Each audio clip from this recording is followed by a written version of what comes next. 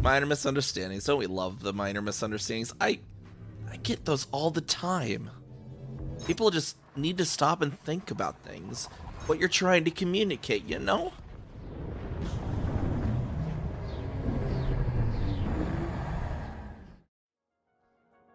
All right, Apex pilot, have fun with this.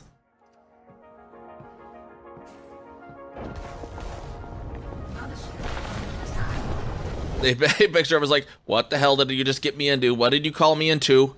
I should have known. Someone calling me in next to the Mafia's main place of business, main military installation. Can you do it? Can you do it? I can't even see how much hold they have. 42, 22. Come on, you can do it. You're gonna blow me up, aren't you? You are a horrible. I need a refund. I need to speak with your manager.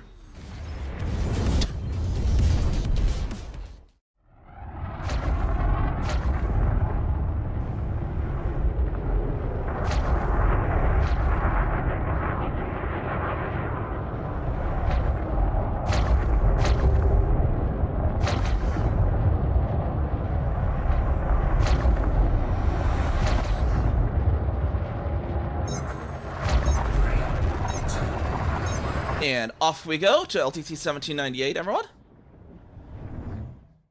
You're doing? It works. I hate it. I hate it so much. I'm working on getting the Sussex bark we need. All right. All right, Scratch. Go get near. Oh my god.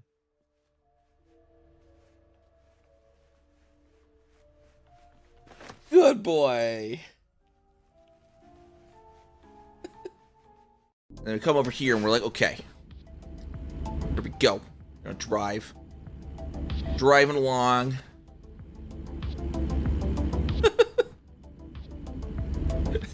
As I barely see it over the steering wheel. I can't see. I don't know where I'm going. Oh my gosh. I suppose, given I'm slightly late in both of your subs, I could just start here already. Ads won't disrupt you guys, but yeah, we're just gonna do some building today and all that good stuff. And yeah, we gotta finish up loading up our carrier for the Kelt 2A build that we want to do now. I have a little bit left of that, and then I'm gonna show the wackiness that is our outpost we built in the Alchinib as well. So once we fill the carrier, and while we're waiting for it to jump, we'll swing by Alchinib and check that out. But welcome on in, Desert Star and not a mouse. Not a mice, not a mouse. All the Anana. Think it's something on or around a rocky moon out there? In Kelt 2A specifically, or... Because I think the one we were going to do the refinery on was the penultimate one. Whichever that was. CHU, I think? Or is that one of the MCXs?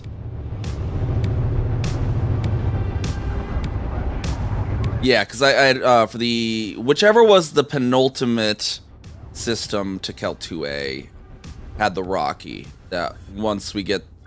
I just want to get the BGS into CA hands first, because then otherwise everything you build automatically just goes to a Black Star, and I want to at least get us in control before starting to build. So hopefully that should go quick. That way most stuff goes to us, you know? Saves us effort later of having to do multiple elections, right? Because both are elections. Yeah, definitely would save so much carrier loads. That's why I put the BGS goals out. We're gonna do a little bit of that today as well. Why will you not touch down? There we are. Do I sound weird today, or is it just my headphones sounding weird? Safe and secure. Alight when ready. There's dust on my mic. Hold on. I'm gonna mute it so I can blow on it.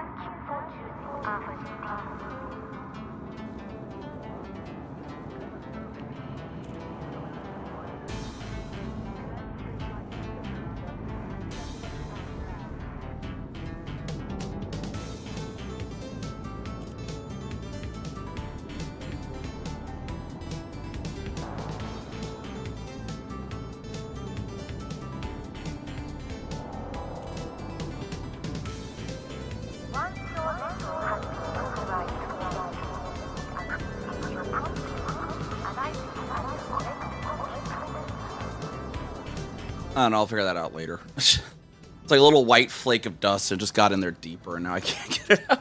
Need like a sewing needle or something to kind of poke it out. Alright, let's see here. We gotta load up a little bit.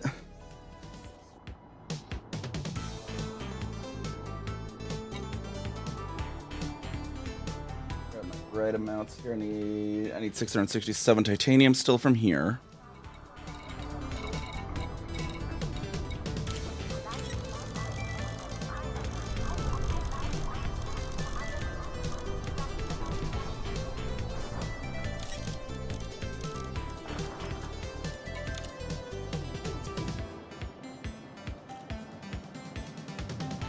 Chair legs, so I'm not hitting them with my feet. All right, that's pretty much the last thing I needed from here. Then we got to get the CMMs and the ceramics. This is, for the most part, the last that we need, the last major thing, and then just a few miscellany. Ship released. Please exit the station safely and promptly. Still allergies? Yeah, a little bit. Not as bad as yesterday, though. Yesterday was just, I don't know.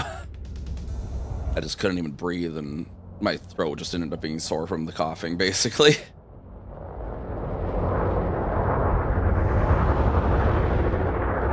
And I sounded raspier than I normally do, so... Not that I don't already sound like I'm dying.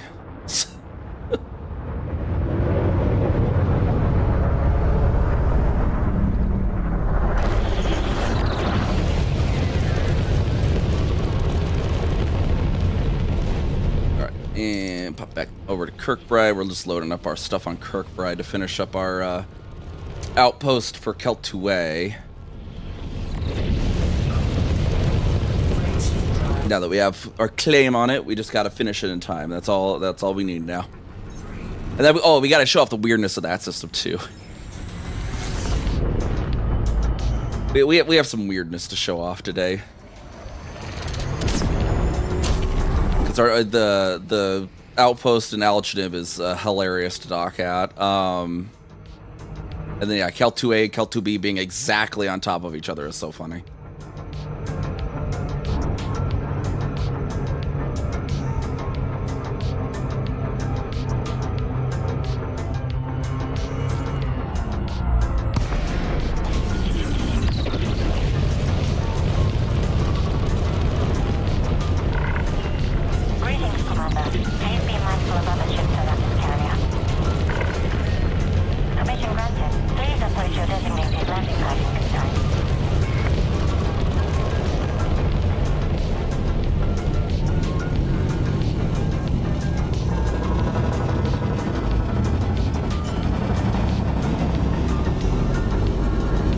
Also, I noticed something really interesting the other day about when you're on foot on the carrier in orbit of this planet here.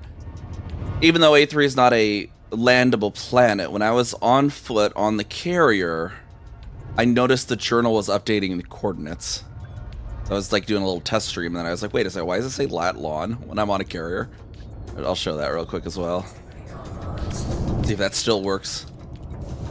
Or if it's just some weird fluke. Landing complete. Clear to disembark. Our services are available for use, Commander.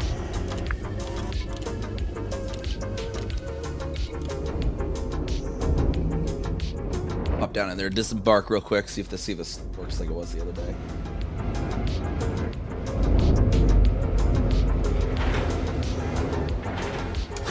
My headphones are like not moving.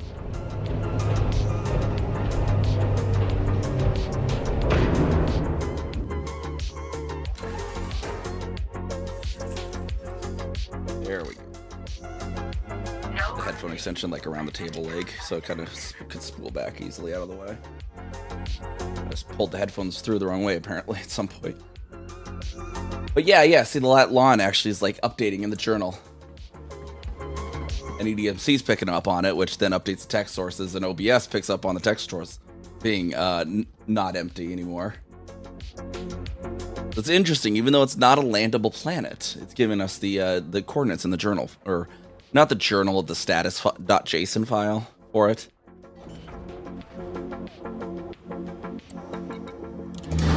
Anyways, now I need to go over to Al-Khwarizmi.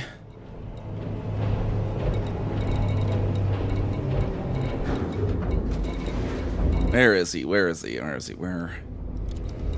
Settlements. Al-Khwarizmi. The bane of every high school student, as he is the man who invented algebra. That is who this station's named after.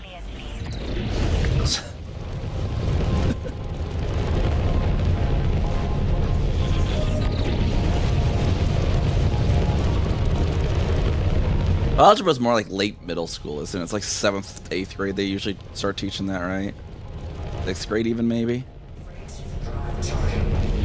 I don't know. When do they start teaching algebra these days?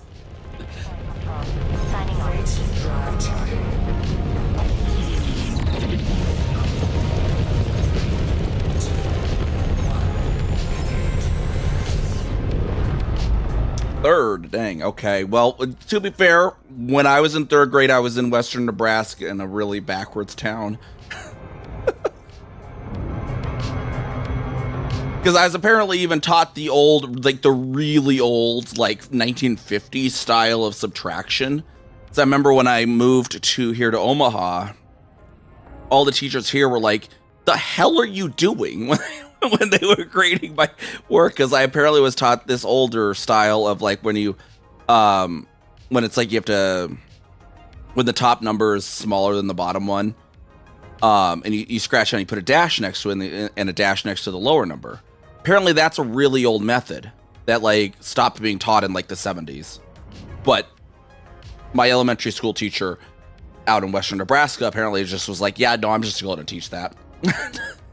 And my new teachers in Omaha are like, the fuck is this? I mean, it works, but the fuck is this?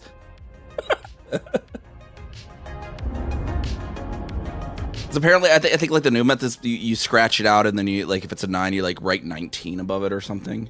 It like takes up so much space because I think I saw what the she was trying to show what the other kids were doing. I'm like, it seems like such a waste of space. Not want to just put a tick mark next to it, like, and then you know that's plus 10 and the bottom's plus 1 or something like that. It's been so long since I even did the long form on paper.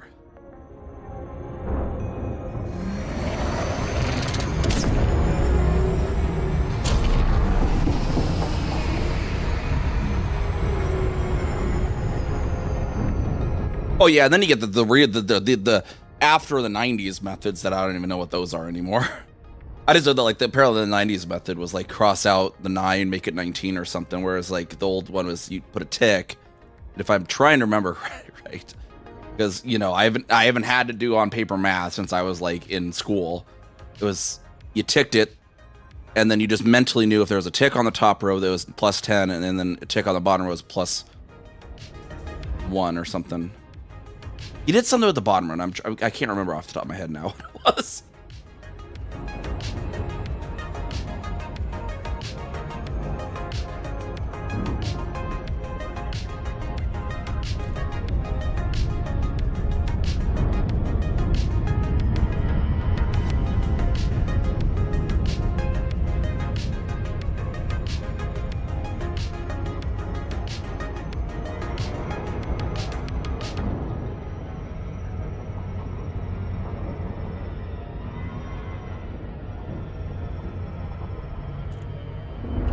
Or wait, no, I think I remember now. It's coming back to me. You put a tick next to the top row on the number 1 column to the left, which meant plus 1 on it. And then I think bottom row. Honestly, I don't remember. It's been so long.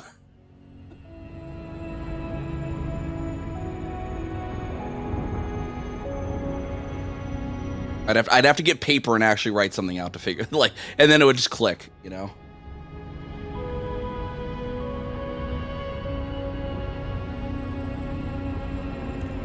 Now it's bothering me, so maybe I have to.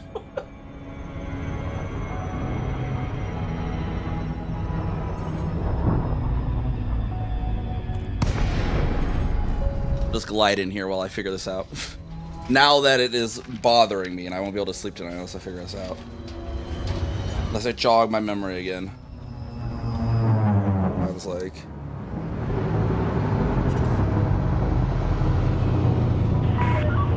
Solman Peterson, Bravo Oscar Bravo. We are honored to welcome you to our starport, Commander.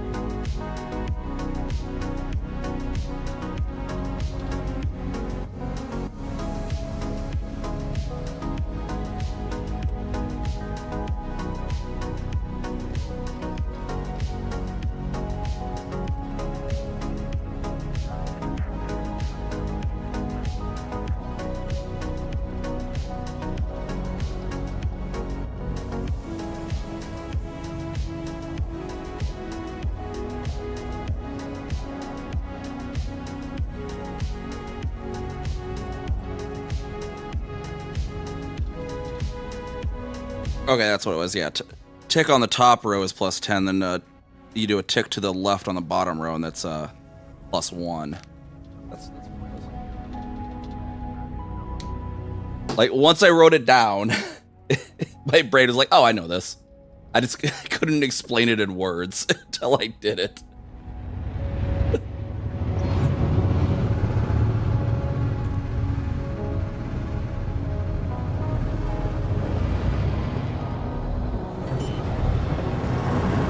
We need to request docking somewhere here. Approval granted. You may now proceed to landing pad 1-1.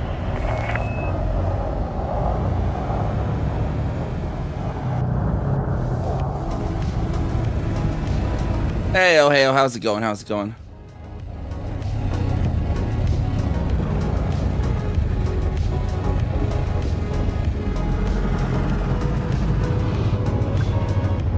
Little too far there. Slow down. Gotta slow down. Oh, why is the GPU thing? GPU bug happening like already? Jeez. I don't know why it only does this when I'm streaming though. You are on deck. Disembark when ready. Like.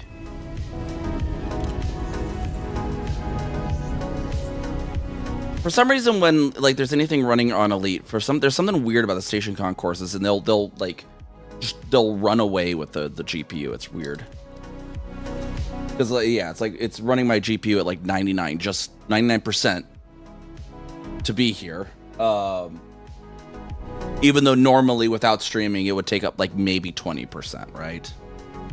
It's weird. Like OBS would be like 10%, the game would be 20, you know, but somehow that equals 100, and then it popped down again. I don't even know. Ceramic composites, 246.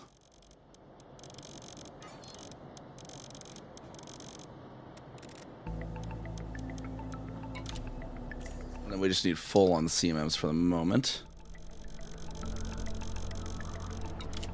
Ah, yeah, this is something that's specifically weird with surface stations. And it's like only if you're running like something else on the same GPU, like in this case, like OBS or my avatar, it just like has a fit. It's weird, but it doesn't happen anywhere else. Oh no, the frame limiter wouldn't do anything. Like when it does this, it pops down to like 2 frames per second.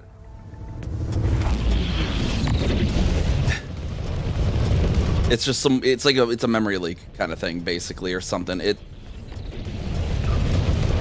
Yeah, I was like, I barely see it over the steering wheel. I can't see. It's like something with Elite. Elite's the only game that does it. And Elite has some other weird ones. Like if you run an image mask filter in OBS and you go to like a ground settlement, it has an aneurysm. Elite has multiple issues where it just does not play well with other things sharing resources. It's like there's some sort of it's demanding. Like what I think it is like for some reason hardcoder demands certain addresses, and if it runs into a case where something's already using that address, it ends up fighting with that other thing for it until it's using all the resources. That's like the best thing I can think of that it would be, because it is really weird. It only happens specifically in Elite and only if Elite is sharing the GPU, and then it just will continue climbing all the way to 100 until it just gets stuck there, basically.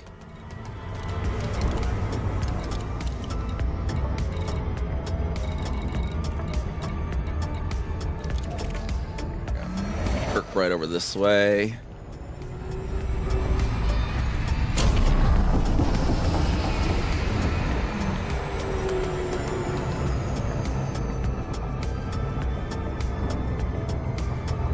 But I have like the VC face OBS running admin, so what doesn't slow them down at least. It just uses what it has access to.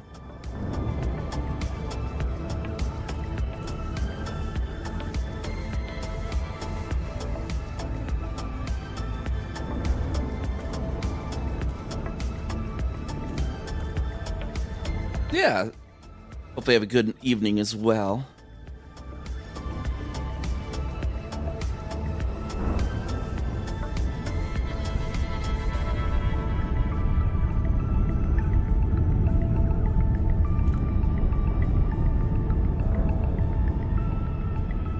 A weird thing that, like, it momentarily flickers like some other view. I don't know what that happens.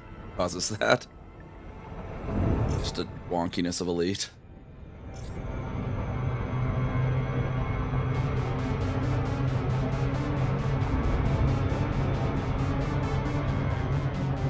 And whatever it is, whatever causes the bug, it's some of the shadows. Because like if I take it back down to medium shadows, it'll just not do it.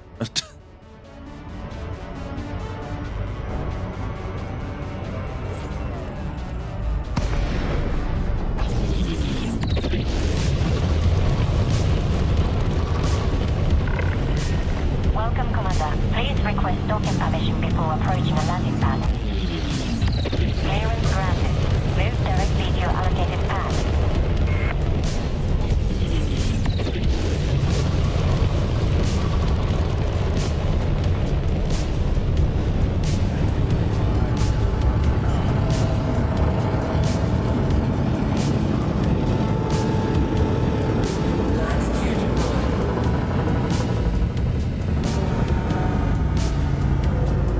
Drop this load off here, and then we'll head back over there.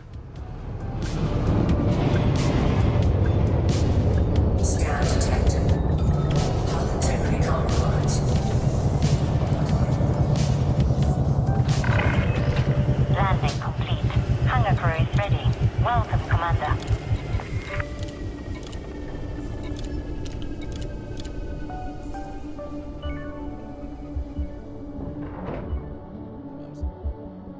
More.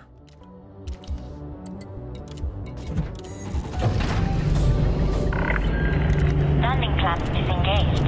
You are clear to leave. Landing gear charted.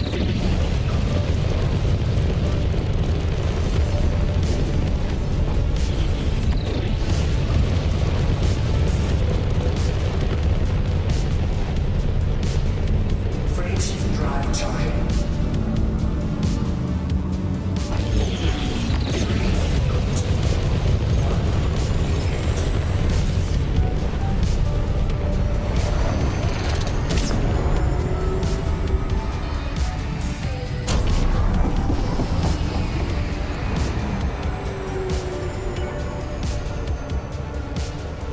Head right over there, get another surface landing in.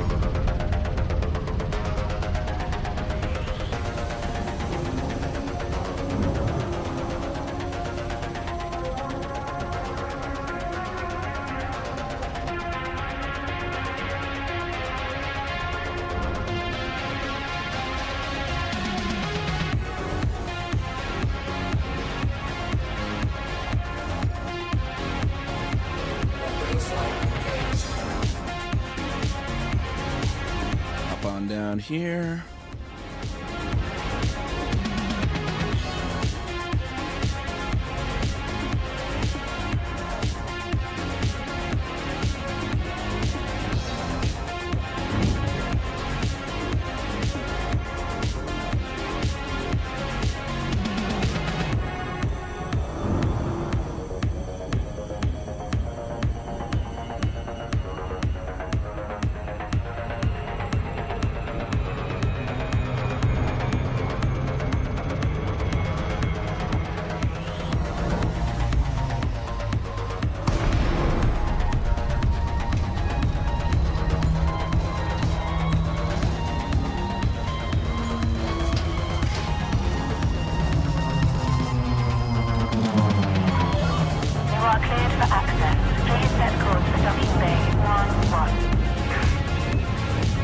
1-1 over there.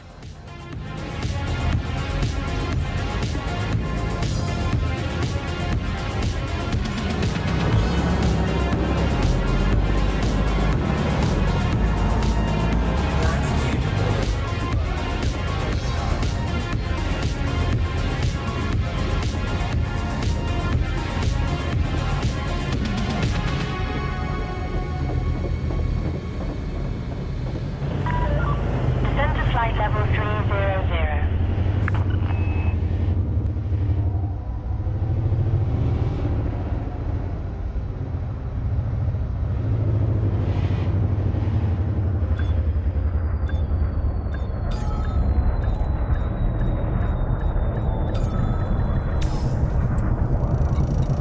I'm gonna test it real quick too. And we're gonna go check what the shoe store has while we're at it. Docking is completed. Begin lockdown. Test something real quick. That. Buy all the CMMs real quick though. Cargo hold at maximum capacity. I think it's when it hits the memory max apparently, because it just starts running away with the memory.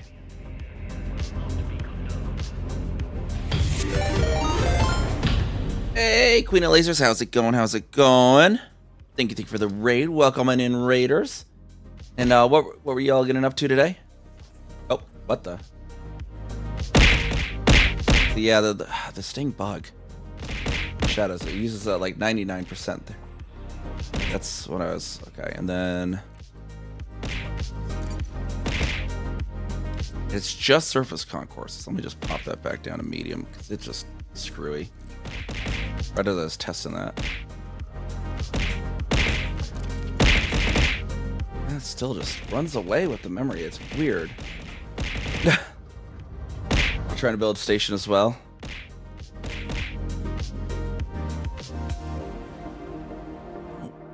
What the heck causes this here? Like for some reason these surface stations just go crazy with the GPU all of a sudden. Like way out of alignment. Like or whatever. Oh, thank you for the follow. 077. Welcome to the Storm Chaser crew.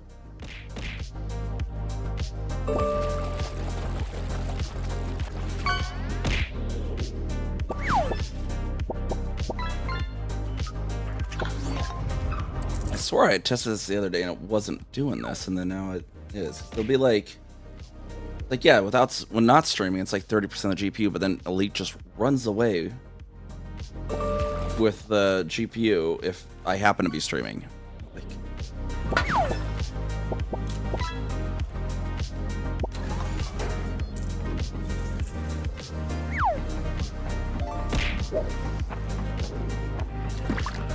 hey, Novak, how's it going?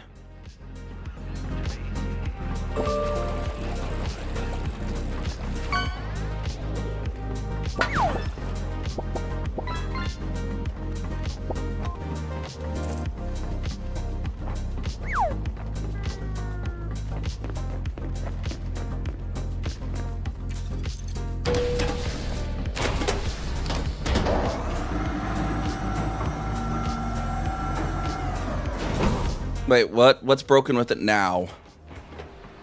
What's the new thing?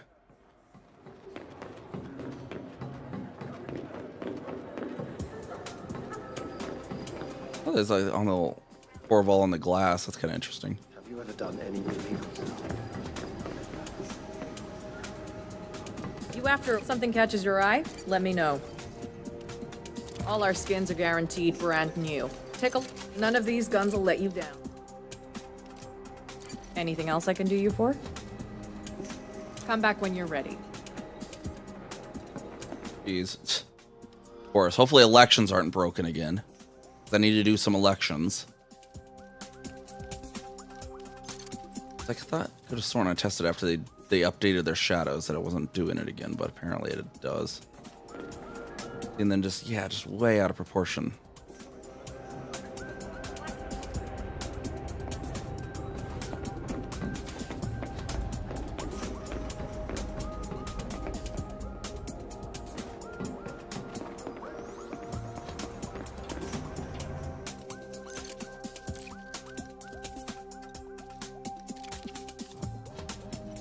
so weird. It's like only when I'm streaming too. Like otherwise it'll just not take up the thing. Now it's just normally I fixed it, but now it's not. I am so annoyed at this game sometimes.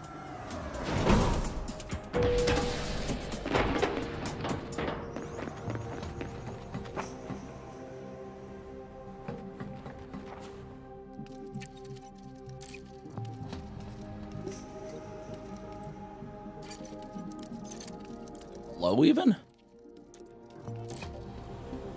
Oh. Hell. I swear, this game at times. Is it not the shadows now? Is it something else?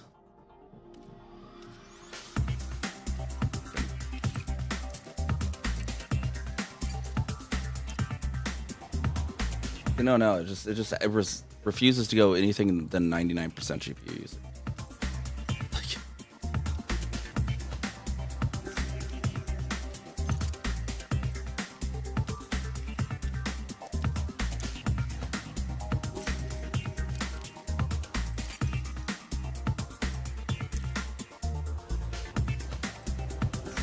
Why does it do this?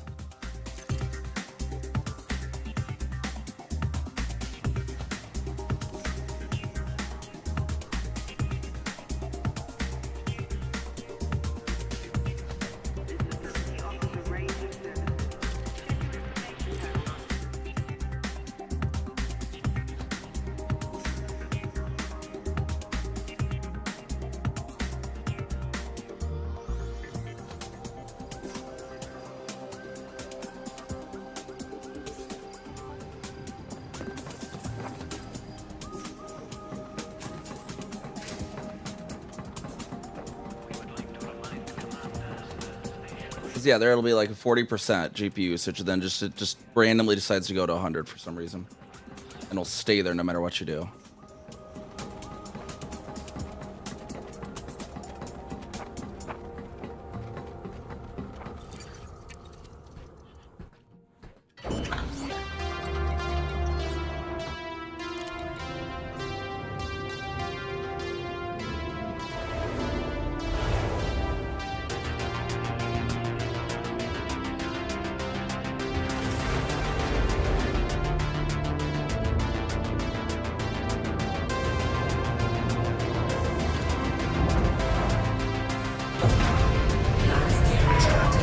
We have released your ship. You may ascend to escape altitude.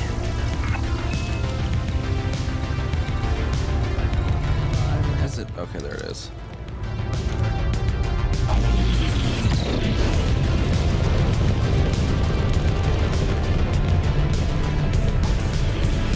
From which two systems?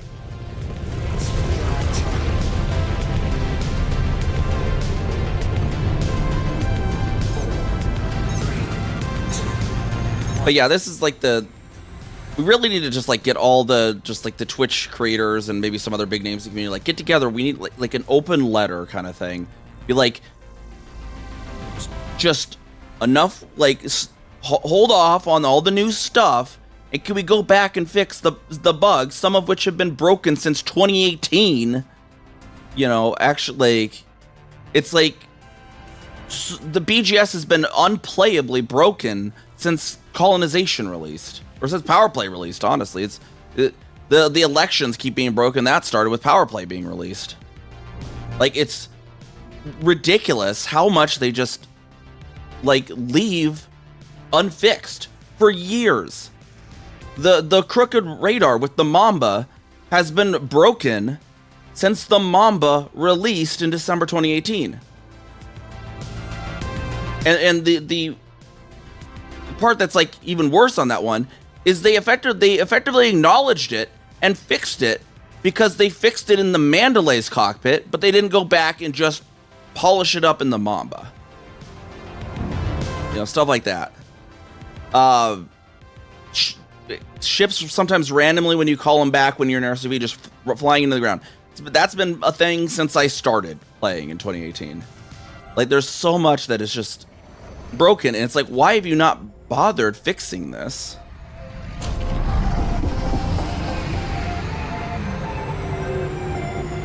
yeah, the server infrastructure, like and they're just like quality assurance. Like they clearly don't actually test their stuff, even the bare minimum. The fact that pretty much all the new ships that have had thrust vectoring came out with the thrust vectoring broken, like wrong. I think the Type 8 is still broken.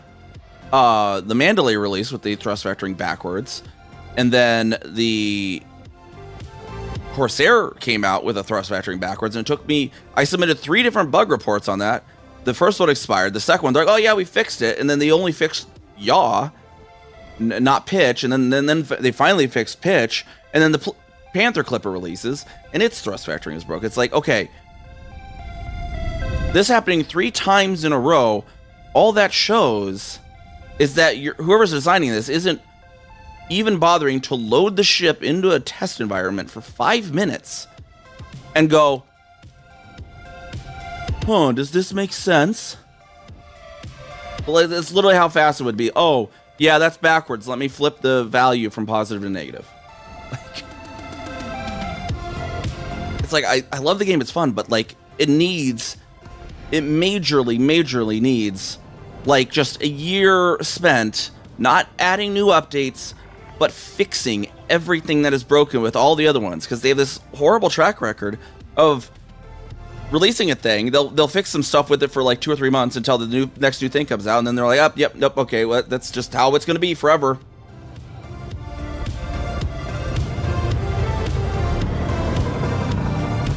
It's like, or the Power Play 1 tutting. Like, so many people keep bringing that up to FDev that it's like overly, it's just OP. And all it does is encourage people to violate the terms of service effectively, using automated programs to do it.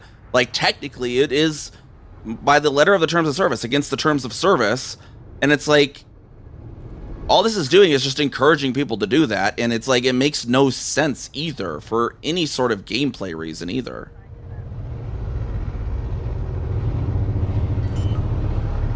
And then the carrier cargo bug, where sometimes you bought stuff and it wouldn't show up in your cargo until you reopen the commodities market. Now that's affecting stations. They never fixed it. It just got worse. And now sometimes it happens at stations. Like, it's I don't even know anymore. It's like, honestly, guys. Like, Landing complete. Clear to disembark. Welcome, Commander. 428 left on those. And then, yeah, so much stuff with BGS. Like, so I know one is that if a system was a control system in PowerPlay 1.0, and now donation missions flat out just don't work in those systems, is one thing. Apparently there's like the local news board, and it tracks like, oh, these are the members of squadrons that have affected influence in the system. Apparently, according from what some people have been noticing in the Imperial High Council, is it's actually not tracking influence. It's tracking people doing power play contributions. So it's not even tracking what it says it does.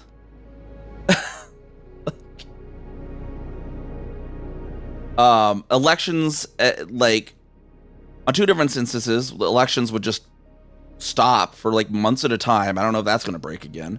Yeah,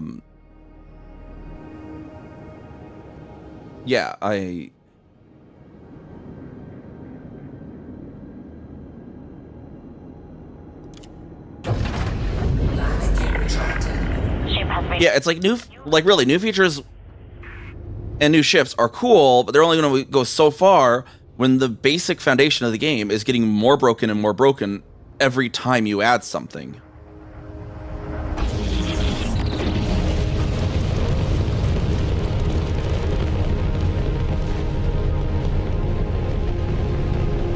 I'm sure there's like mini bugs that you almost always like go into a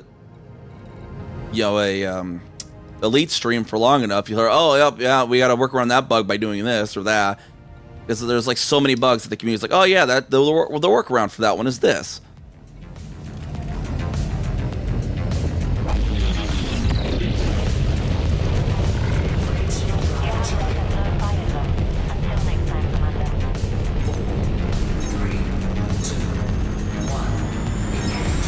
or just things that the community is like just repeatedly been like, this, please fix this. It's just like not necessarily broken, but like annoying to use or whatever. Like they've added to the squadron creators now. You could like with the deposits stuff, you can type in your number. It's like, can you please go back and add that to regular carriers and other commodity, buying things? Yeah, I mean they're not going to. That's why, but it's like, get some like noise on it at least. Maybe instead of dedicating an entire year, they'll actually put some more focus on it if there's enough noise made by the community. Yeah, there's still typos in the codex on the power play thing. There's things that are flat out wrong in the power play guide. I think there's things probably flat out wrong in the colonization too, if I remember correctly.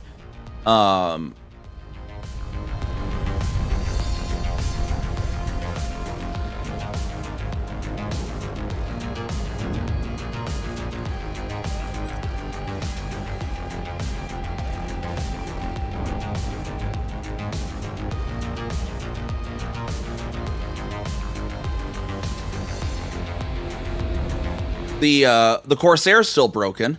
If you have it actually rotates yaws and pitches faster the less pips you have in engines, and they still haven't fixed that, which has been known since it came out. Like they just release stuff and they're like, yep, that's just how it's gonna be. Hopefully nothing's broken. If it is, well, have fun with it, I guess. Like it's getting really old to me even. Oh yeah, it makes like a white. I noticed that. Yeah, it's like I wanted to almost troll and post on Reddit, like be like, hey guys, what does it mean when my colonization icon is white?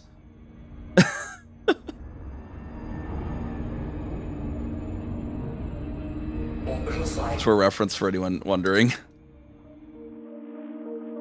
So Desi and I colonized a pair of systems. Right here, this pair of systems.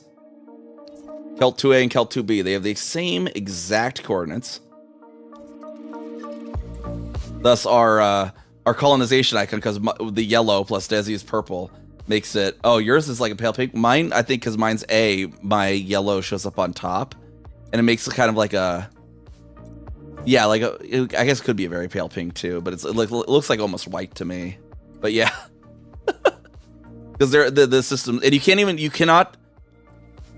Like I managed it once, but you can't jump directly from Kelt 2A to Kelt 2B because where it wants you to point to jump to it is inside the star, and so it'll say destination obscured no matter where you go.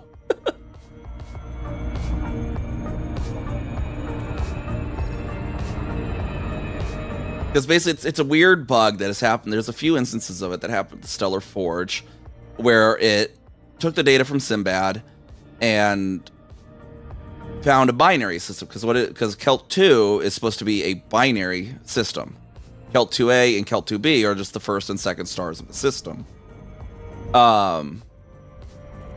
There's even a Kelt 2AB, which is an actual real exoplanet, which is in Kelt 2A in the game. But instead of making them as a binary, made them as two different systems.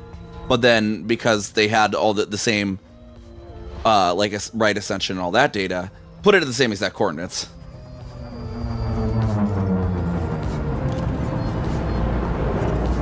Yeah, there's no Rocky in 2A. That's why I was going to be... which one was it?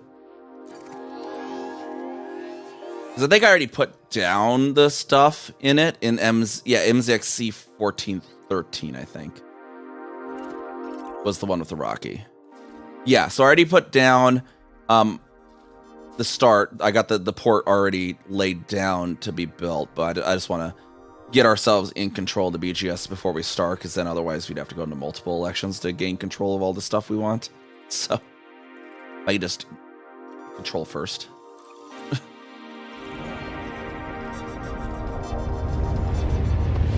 So that's what that'll be the refinery, and that'll be nice too, because if we are, I don't want to really put something vital necessarily in 2A or 2B, because you can't jump straight from one to the other, because that would be annoying. Like, as well.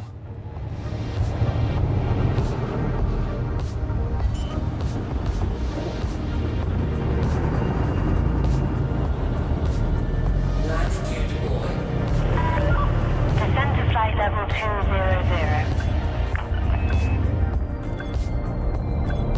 Ah, Hull integrity compromised. let me go up there. No, I rolled it in the generator, but and then I hit that. I'm like, oh, for a refinery, Levi Strauss is too good. Taking damage. Well, no, yeah, no, that was just me rolling through the randomizer. Landing successful. Disembark when ready. And then whatever this weird, like, there's like deep in stuff too, like, as I was talking about earlier too, like, when I landed here, like, GPU usage was at like 60%, and it's like perfectly fine, 140 frames a second, and then now suddenly it just as randomly decided, oh, now we're just going to use 100% of the GPU for nothing has changed. And the weird thing is, it only does this when I'm streaming. It only does it if something else is sharing the GPU, and I don't know what it is. It happened like the GPU memory hits the top, and I think what it is, it's like it's just doing something weird with the shadows or something,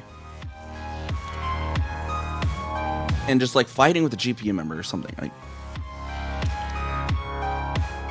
Like I really do not even know it, and like I think it's caused hits to even crash, honestly.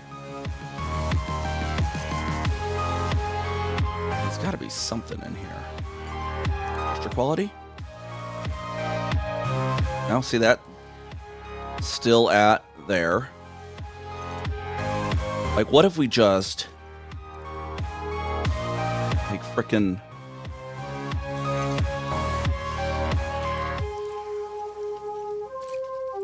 just go absolutely low? It'll probably not even change anything. We'll just be like all off.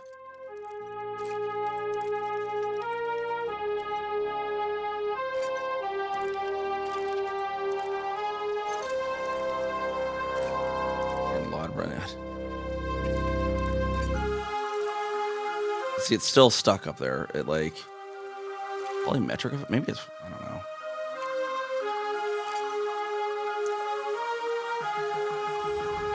Something in there actually did do it. Okay, I don't know what it would be then.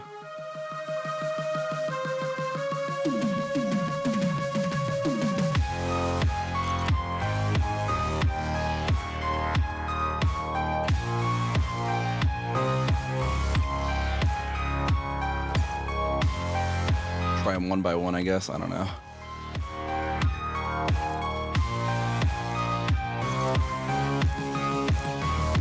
Get those at least.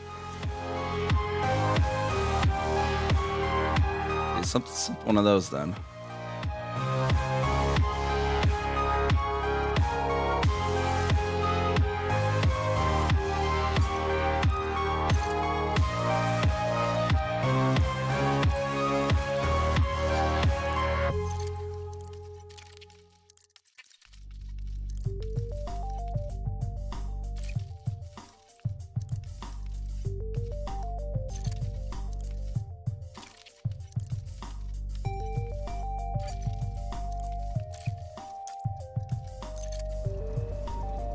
Figure out which one it is though.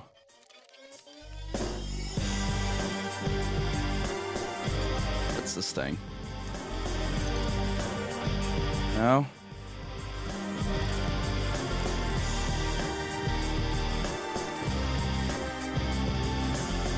Like that thing is just annoying me so much too. It's like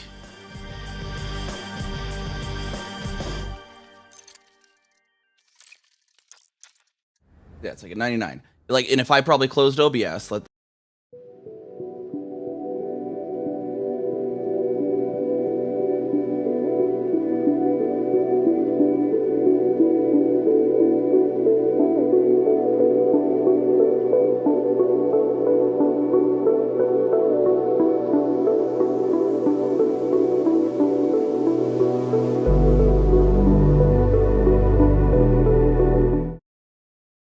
it dropped right back down.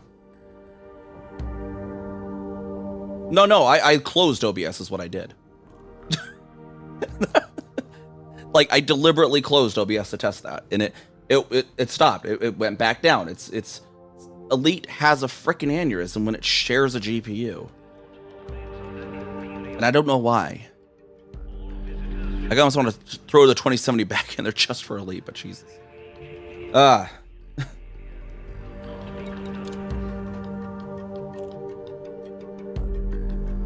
428 CMM composites.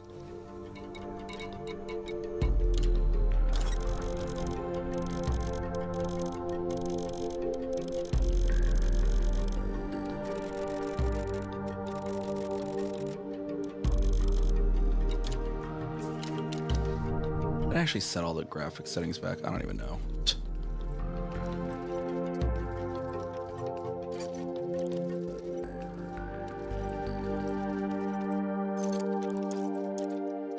I think I did, but probably what I can do, just reload the options file real quick.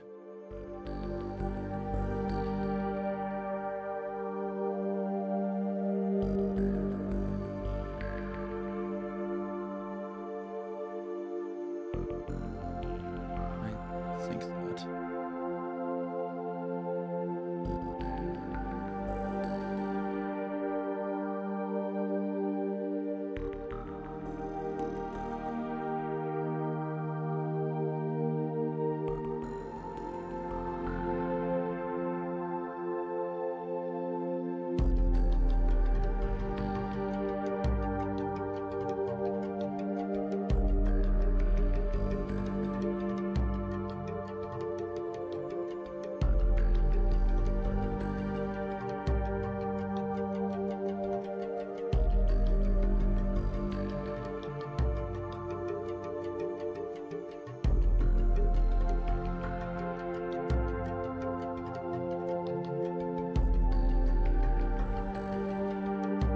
We'll just store our files from back up there. And I thought that bug had stopped. I thought I did some tests on it after they had supposedly fixed their shadows, and it didn't seem to do it, but apparently it still does it. Maybe just like maybe it affects certain ground ports, and this is one of them or something.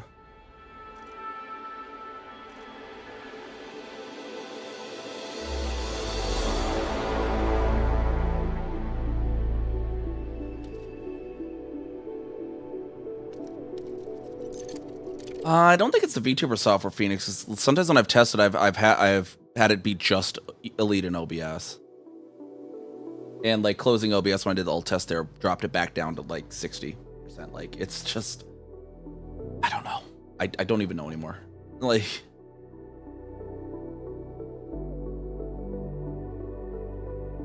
I'm gonna grab my drink.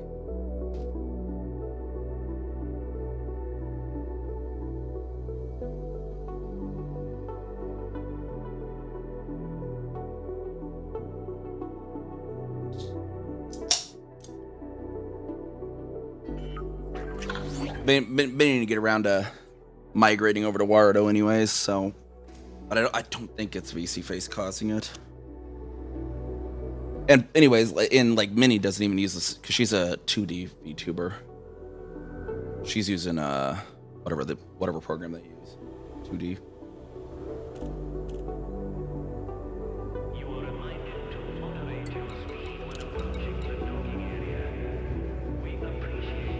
I mean, it's not too crazy. It's just like, at least I have VC Face running as admin, so like I won't lag, like my model won't lag. It's just annoying because like, as we saw when the raid came in and they followed, like, yo, Tits was all lagging,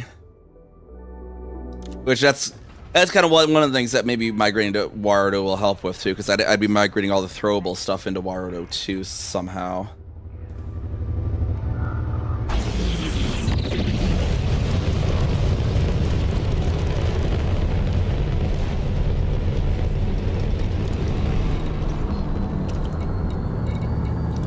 Anyways, we won't have to come back here, so it's whatever for tonight. It's just like if I ever want to do like ground combat on stream, that bug will happen.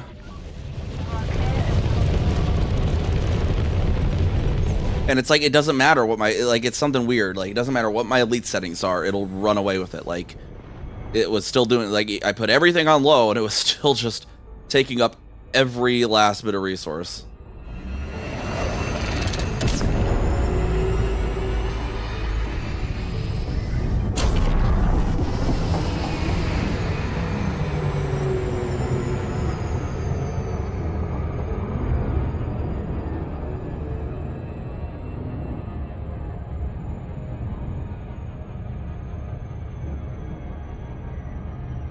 It kind of makes me wonder if it would happen on those. Maybe I should go find a on-foot conflict zone somewhere to test.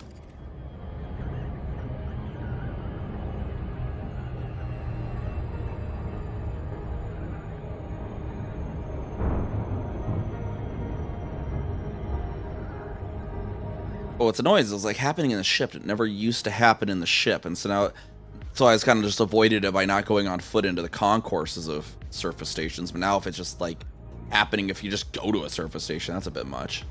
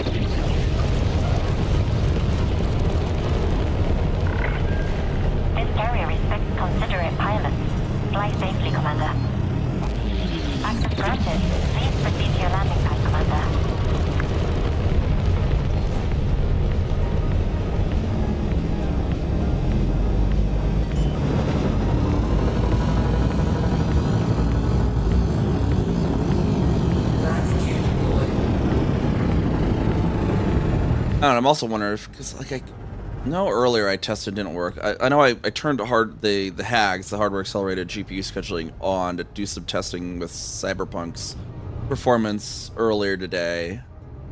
But like maybe that doesn't play well with Elite. I don't know. Integrity compromised. I noticed that later, you know, you're watching me troubleshoot stuff, because I could just turn HAGs off and restart the computer and then see if it does it again, but then that's just boring for y'all, honestly. Alright, now we just need some of these. I think water and fruits and vegetables we can get Alphin. Landing clamps disengaged. You are cleared to leave. Landing gear charged.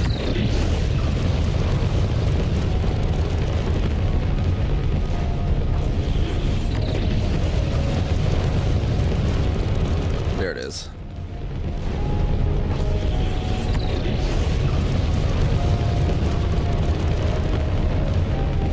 Super Cruise first over to it.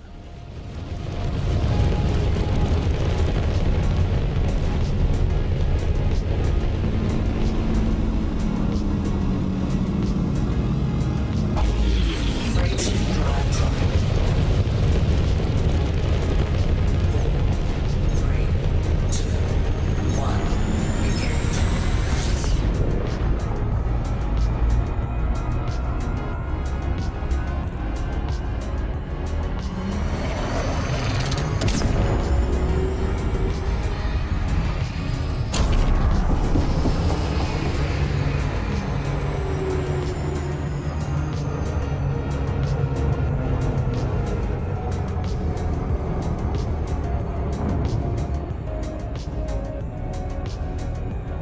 Yeah, perhaps what I should do is just find a cheapish X99 motherboard for that old processor that should still work, and then we can dual PC setup or something.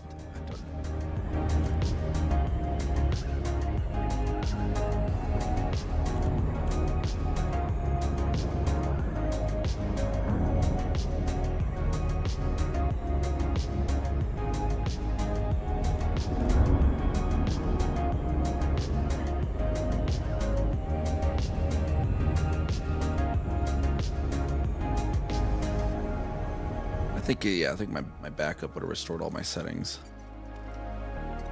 Yeah. Still be the same.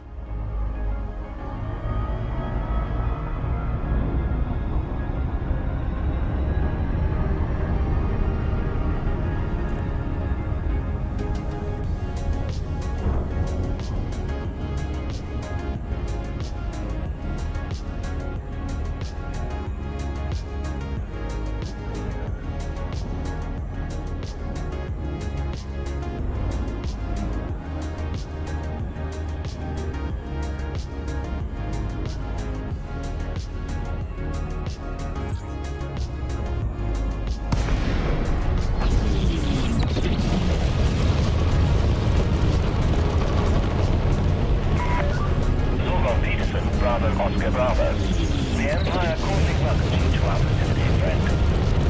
Approval granted. Set down on landing pad 10.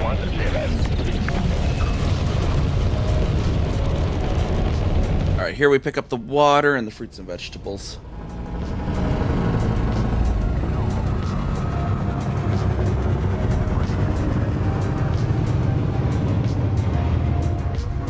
A little bit too much sideways there. The water, the streamer with the water. Integrity compromised. Taking damage. I tried that. I tried that, but I was a little too fast, too forward.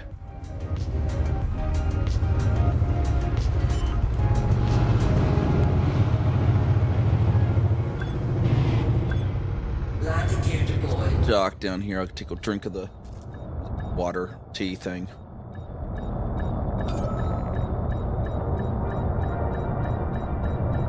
Hey Rio, how's it going? How's it going? Oh, there we go. Finally down the dock. Landing complete. Systems offline. The Imperial Flight Operations Bureau wishes you a pleasant and productive visit, Commander. So now I'm curious to see if it'll happen on the orbital ones.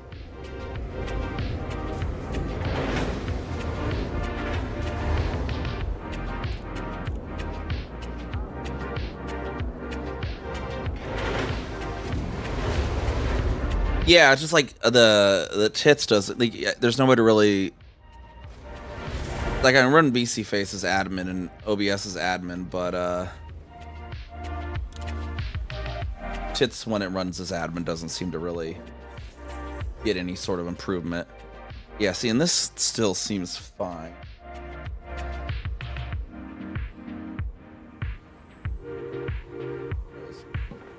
Feel like, see, I'm like moving around. That all browser sources and all that seem to work.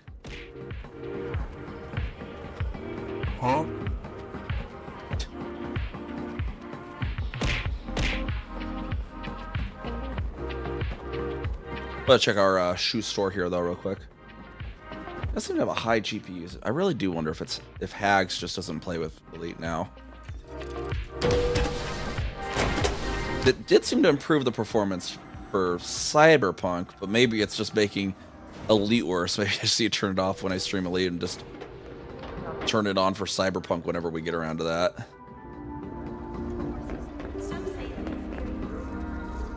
If I don't have it, it's not worth having. But like, yeah, Elite is just like it's really weird, like performance-wise too, because like Rain Man has just the weirdest freaking issues with this game too. Maybe next. That like he should performance issues that like his rig should not be having. See you later. Like, so this is game just does not cooperate with hardware properly at all. Oh, see, now I think it's doing it again.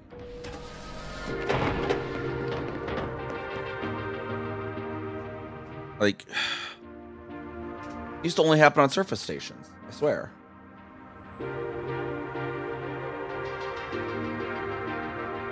But now, like, it's just completely... It's weird as that frames is there, but it...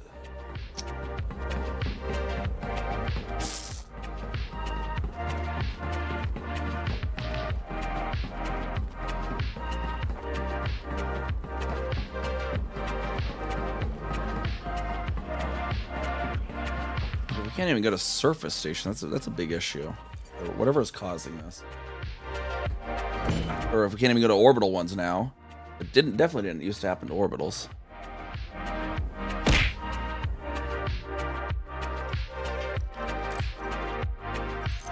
Let me see if I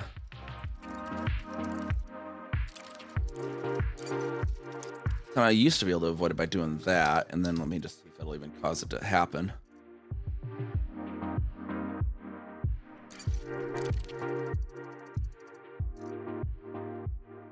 $52 meta alloys. Where do you turn in the unlock the card rack? Does it take 52 meta alloys?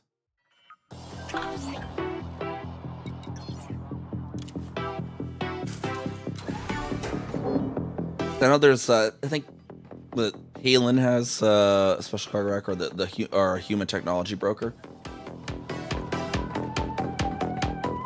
Now the performance seems much better. I think it's just a bug still with the Ultra Shadows that maybe I just didn't run into again until now, or that Hags maybe just exacerbates.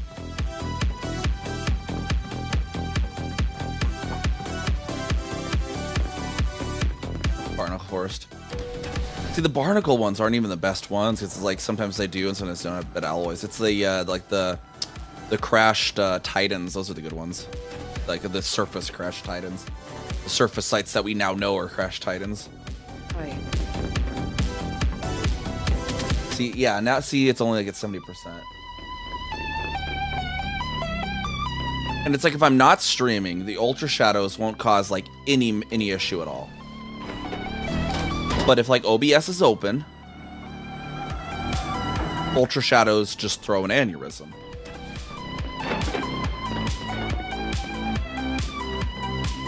Yeah, see, there's good. Maybe we go to back to Al-Khwarizmi and test that. It's the troubleshooting stream, everyone. You have encountered an IT person that has encountered an issue and must fix it because their body screams it must be fixed. That is what this has become. I cannot accept this remaining unresolved.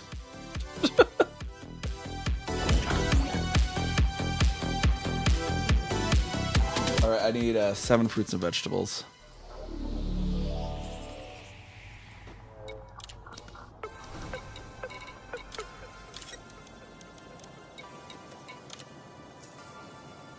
Eight food cartridges, which are not here. Water, 623.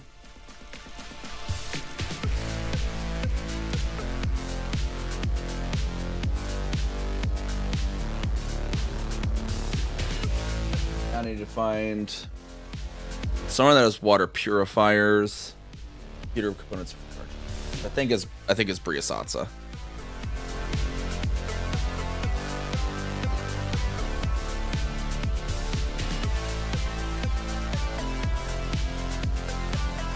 I must check the Inara.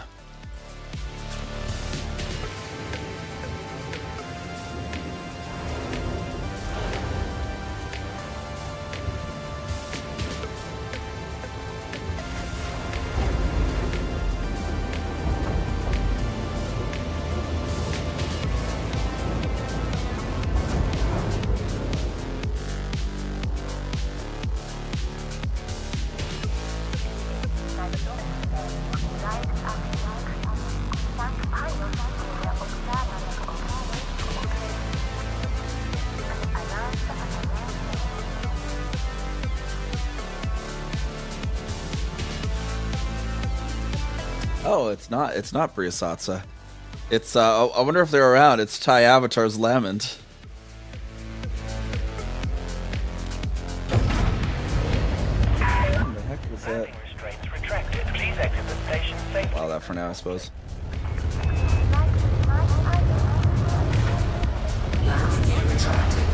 See, that's the problem. I take the is it working, don't touch it.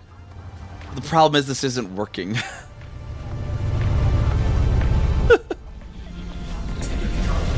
Got some big lasers going on down here. Let's see who's having a time over here. Oh, I missed them. They already got boomed. All right, I'm gonna, for sake of completion, we're gonna go to Al-Khwarizmi, run into the concourse, do a lap around, and run back out. And everyone's gonna be like, "The heck are they doing?" Freight drive charging. I just imagine the denizens of it are like the CEO just ran in, did a lap, and then left.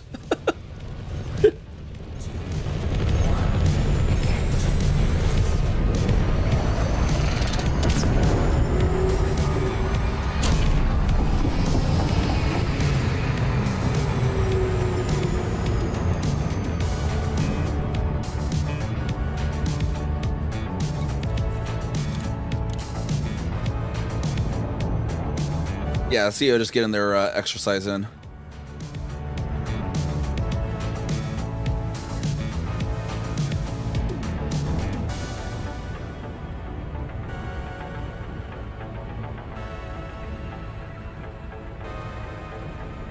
I know that the CEO where I work frequents the track. We have like an on-site track, and he's on there often.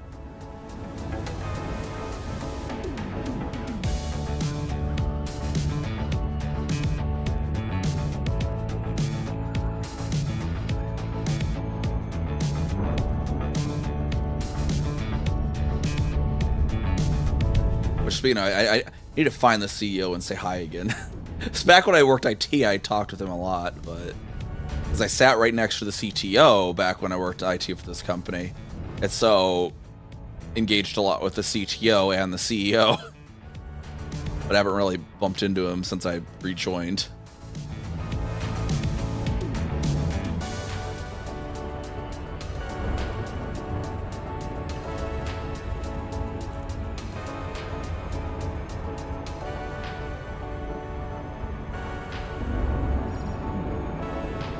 Orbital flight engaged.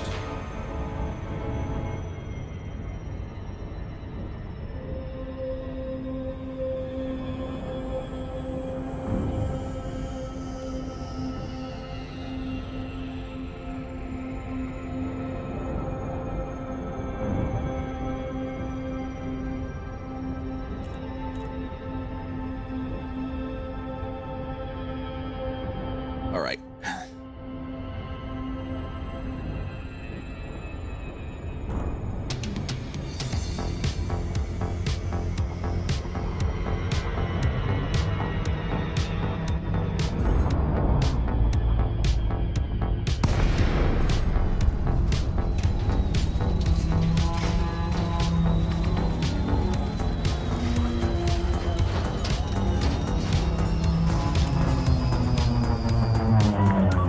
Permission has been approved. Please continue to Bay 1-2. Feeling me in the right place, right time.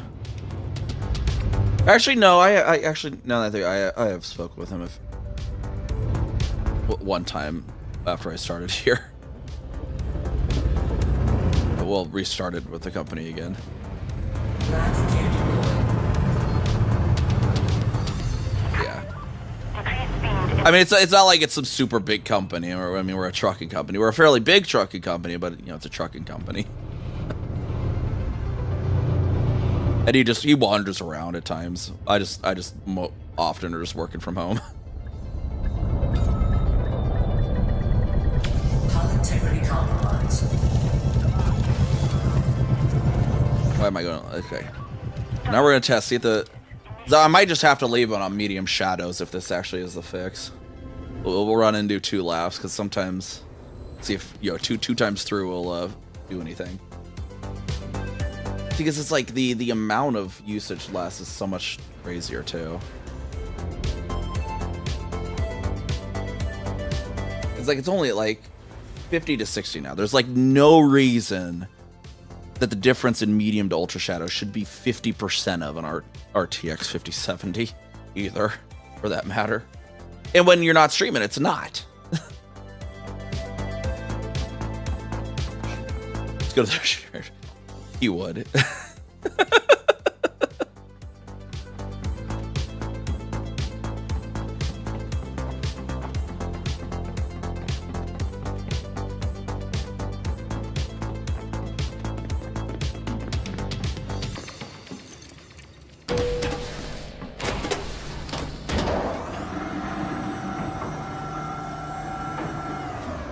Spice up a little bit, it's not steak.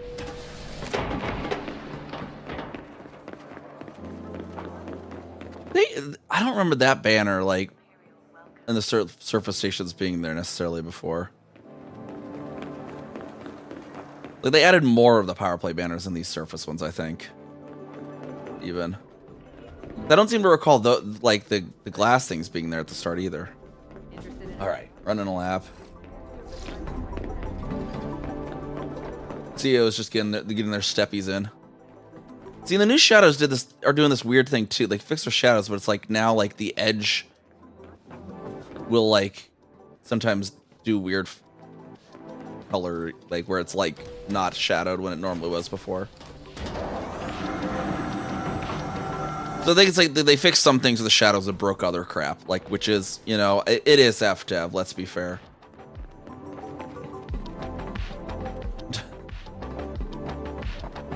Oh, it almost. Ah, crap it.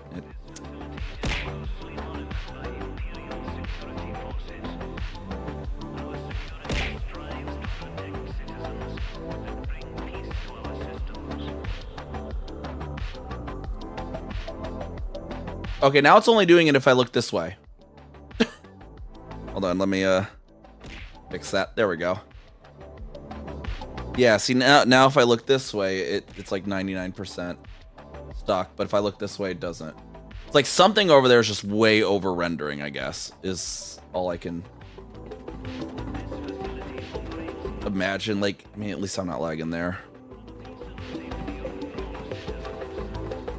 But then if I look this way, oh, well now, okay, so it's still doing it. No, it stopped doing it. It's something like at the middle of the pad?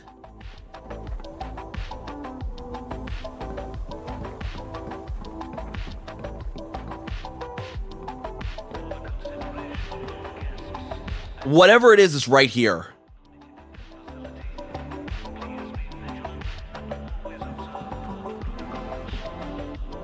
Okay, now it's not pegged. Now it's pegged at 100. Now it's not pegged.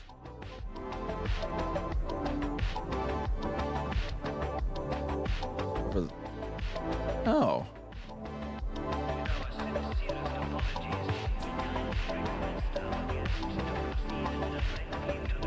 It's something that's in the frame of view here. Not there. Wow, that went super down actually.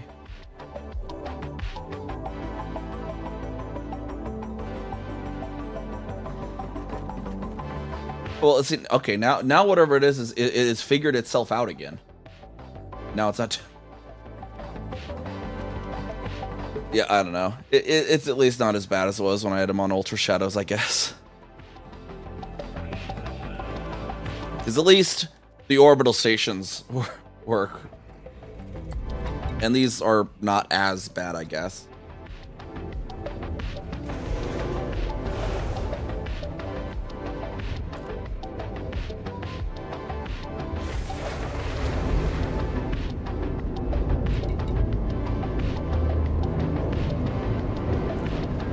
Pop up, we'll go back down again, do another lap, see if it triggers again in the same way.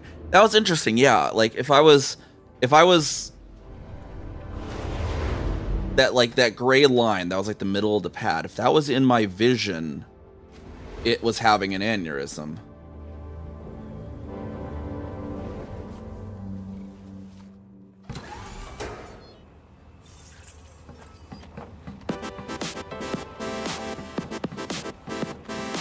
And like it's like 57%. Like I almost want to just like pop the MSI Afterburner up on the screen.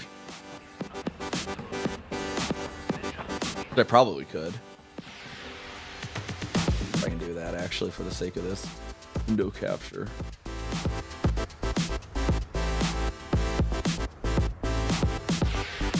Will this work? See, because yeah, like you see kind of there how it's way up there at the top and it's going up and down and up, and that was when I was going back and forth on the middle there. Kind of halfway through that GPU usage one there.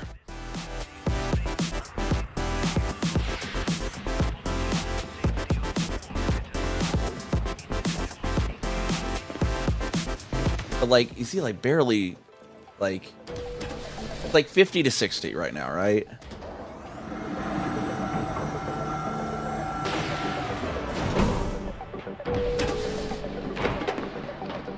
Go down here. It is like spiking up a little bit in here, which is, you know, not unexpected. There's more in here. You can look around, you'd be like, okay, whatever.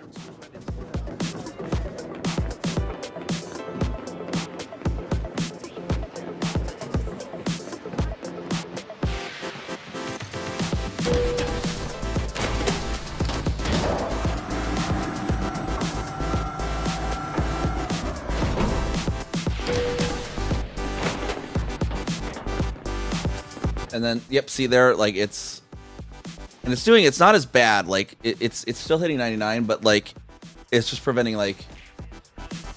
Actually, it's not even kind of. It's a little bit better. I guess it's not really hitting it there now.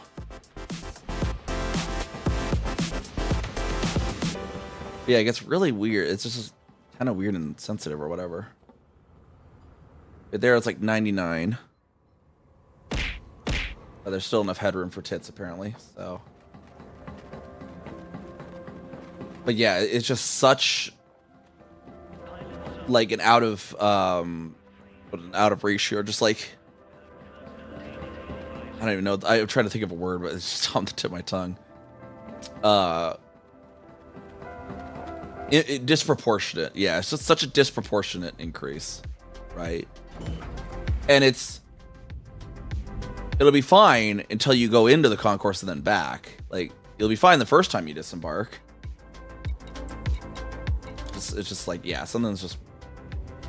And it's... The best I've been able to find is it's something to do with the shadows. But, yeah, it's kind of weird. It was something with the middle of the pad, too. That was kind of a new one for me. It's just...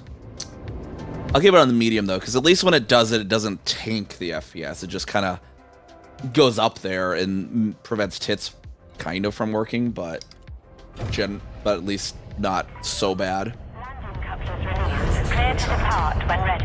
And then maybe later I'll just have to test to see if maybe Hags is exacerbating it somehow. Because it's like, I enabled Hags, tested Cyberpunk, performance was better, but then... This seems to be happening, and I don't think it was before, but then I also updated drivers, so it's like which thing might have caused it? Did I really just not test it properly before?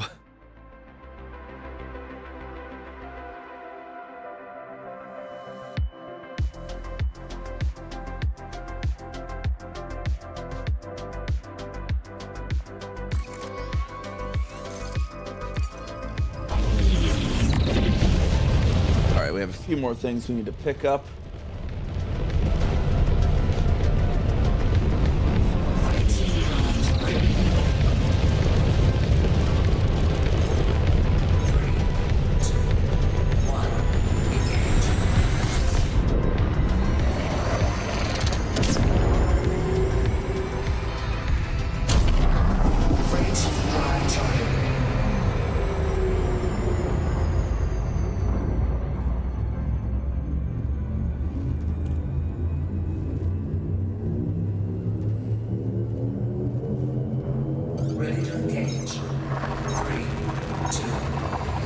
Yeah, if you go on an R and search for tech broker and look for a human tech broker, I believe that's where you can unlock.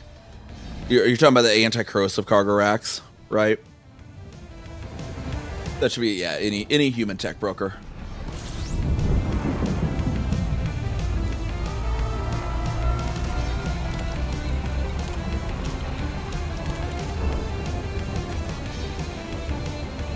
Go over here. We'll dock. We'll check the shoe store while we're at it, just because we're testing that today, apparently.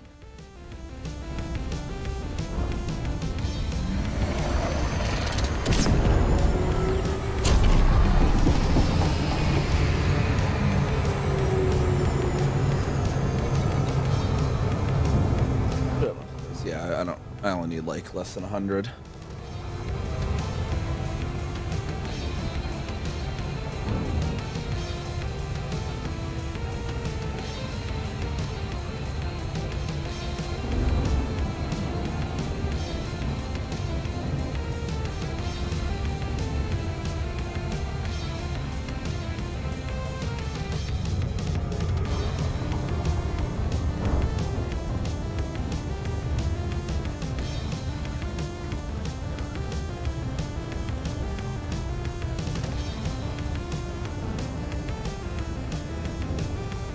guess my main concern is like, will I be able to like even stream on foot CZs without that happening? Auto scan neon atmospheric landable.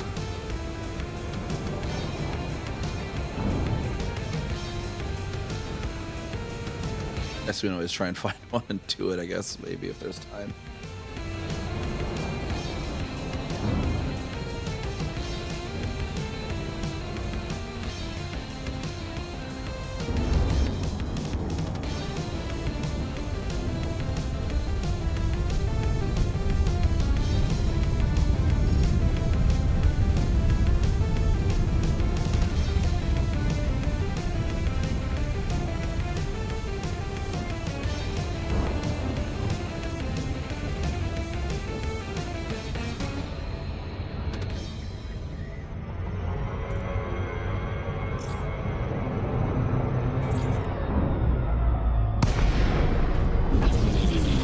There we go. TIE Avatar's Lament. Should have the stuff we need. Peterson Bravo, Oscar Bravo. The Imperial Flight Operations Bureau is honored by your presence, Commander. Approval is granted. Proceed at your earliest convenience to pad 10.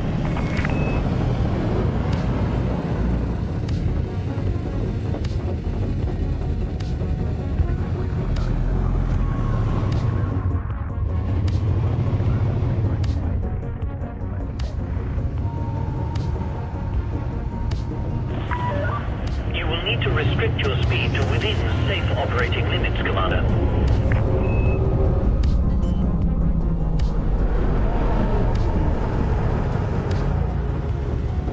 Landing gear deployed.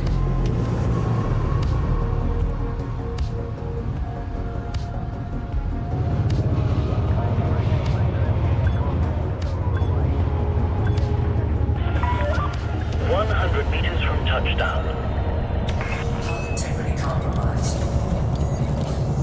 Alright. 52 computer components. Docking complete. Lockdown procedure initiated.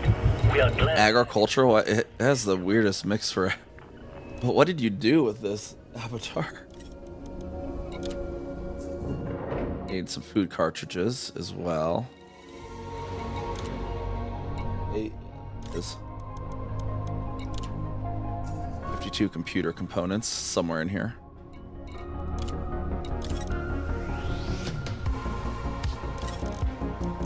Yeah.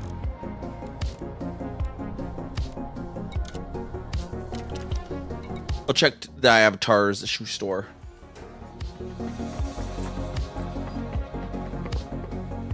I see it'll be fine there.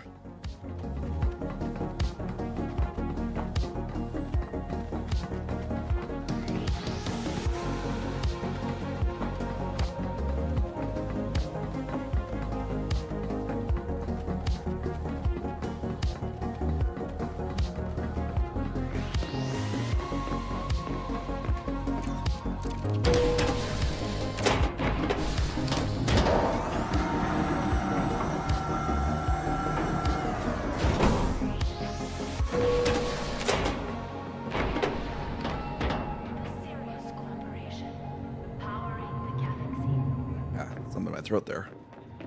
Sorry, I know this sounds. You and the you don't want to be caught unprepared.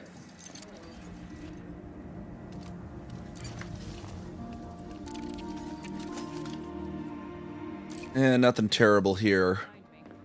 Weird local customs. Zorgon Peterson.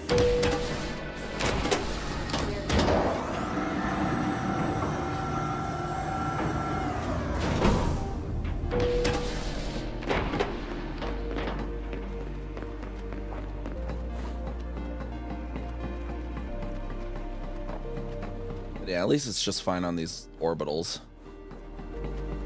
I'm wondering if on the surface ones, if it's trying to, like, when you get back, it decides to start to try to render the underside of the ground that's past the hangar or something, and it gets in a weird loop. I don't know.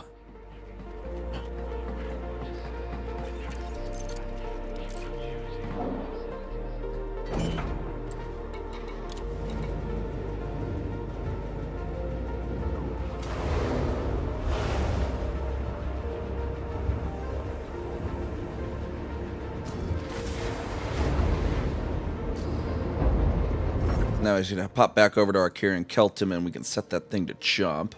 And then we can go check out our outpost around the black hole in Algenib while we wait for that to jump. Please observe speed restrictions upon exiting.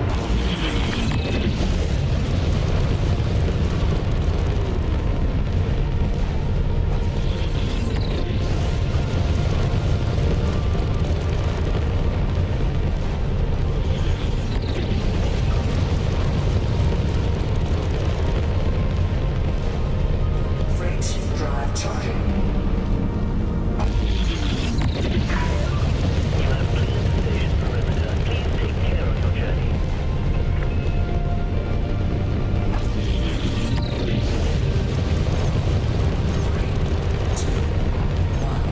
Engage.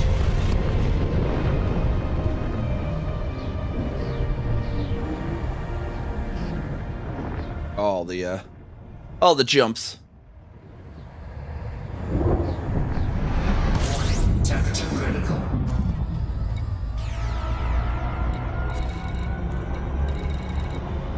Supposed to show my carrier no matter what, right?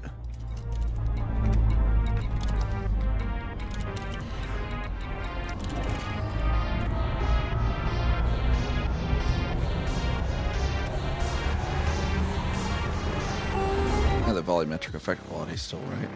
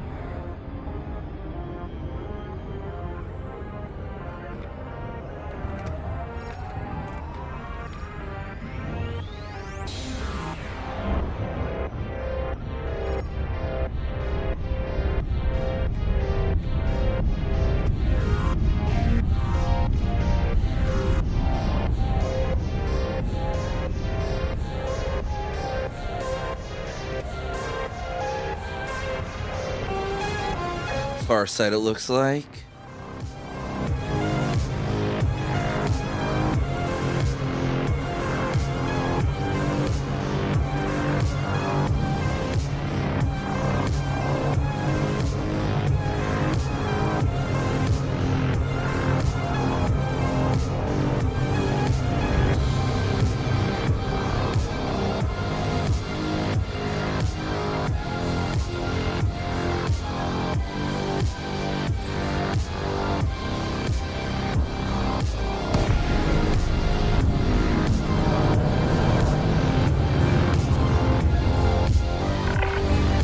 This is Flight Control. Access to this carrier must be authorized in advance.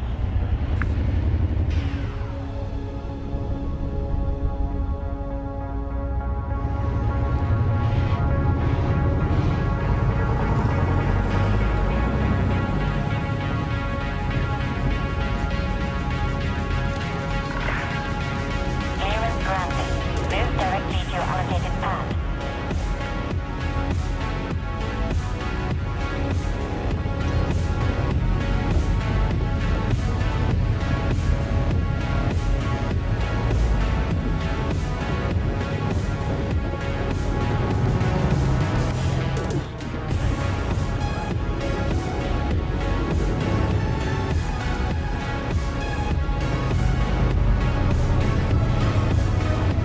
Scan detected.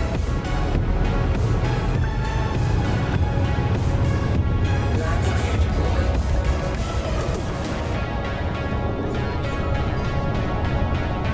It's dropped on in there. Don't go so far back.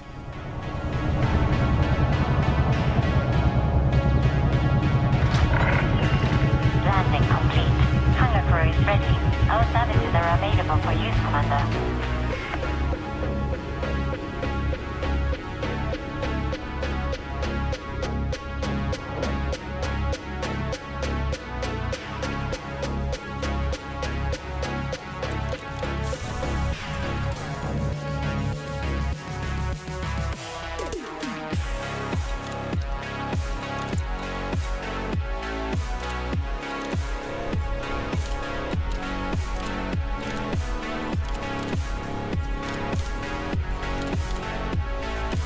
go. Got all those set.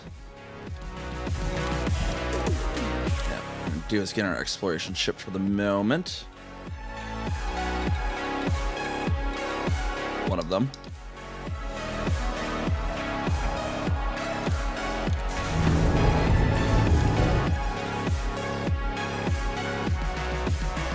Then I just need to jump this over there.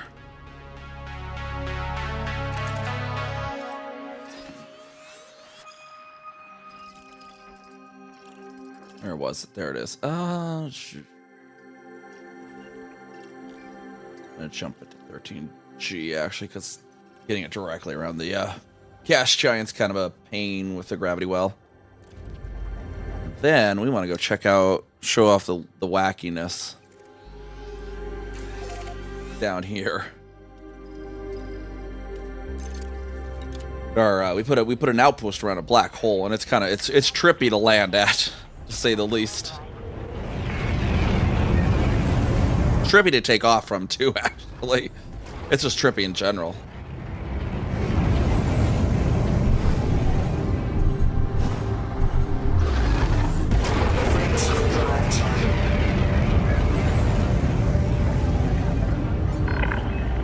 You have less than no fire zone. Until next time, Commander.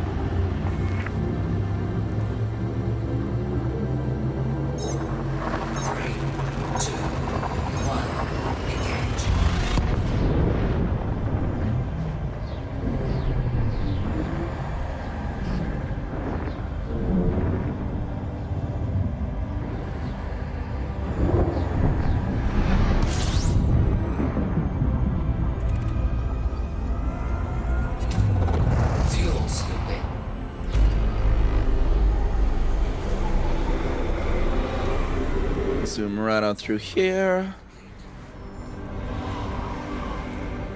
Frameshift drive charging.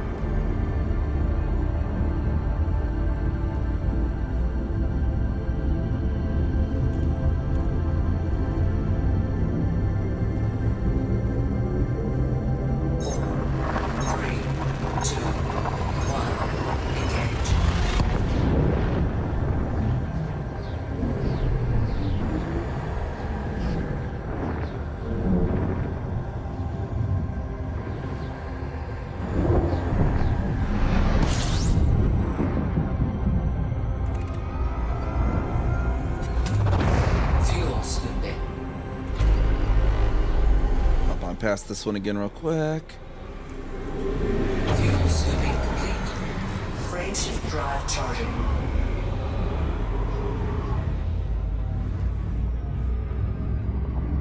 We should be cool enough to be able to do that.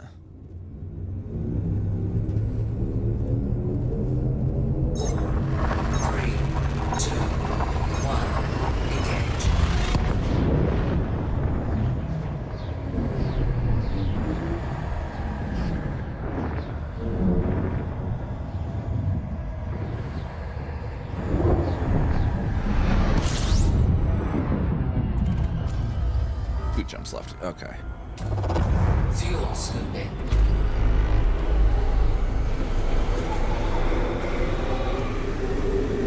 Fuel scooping complete.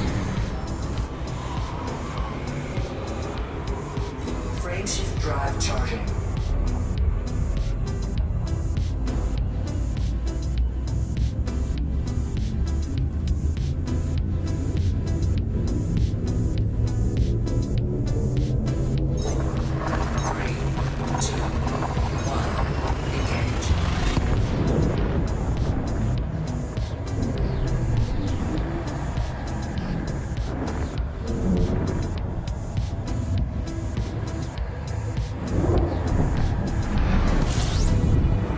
Final jump to Alchnib. Fuel scooping. System scan complete. Fuel scooping complete. Frameshift drive charging.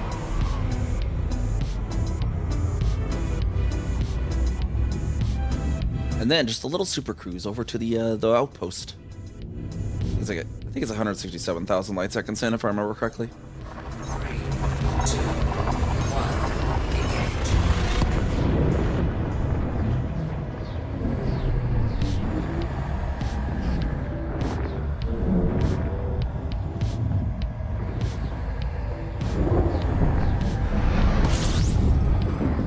yeah, Mobius Legacy, which I intend to probably rename to something, but now it's Mobius Legacy. Well, that I just does kind of also work for something around a black hole, nonetheless. But I still think the singular view would be on point. I think it's a tourist economy. Let me see what I actually got for its economy. High tech and tourism. So basically, it's a micro center.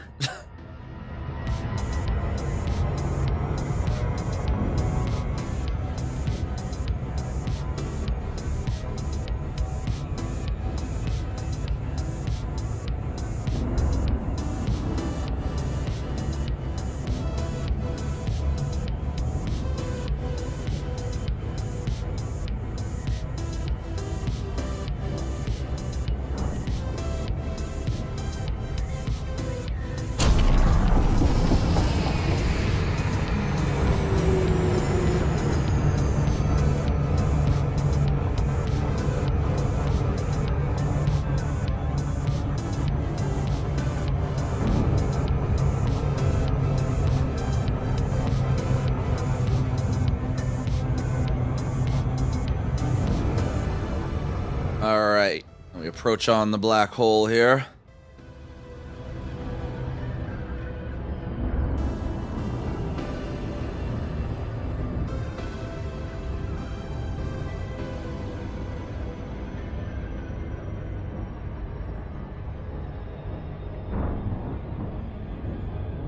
ETA 7 seconds. ETA still 7 seconds. ETA still 7 seconds. It's the longest 7 seconds ever, right?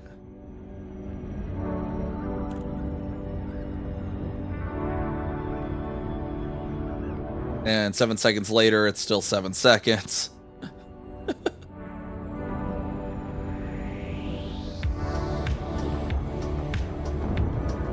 All right, you can already see it's kind of booking around that orbital path.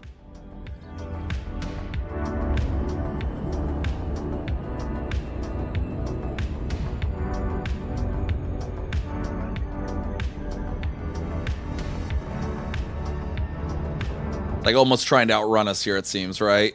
Get back here. All right, here we are, Mobius Legacy.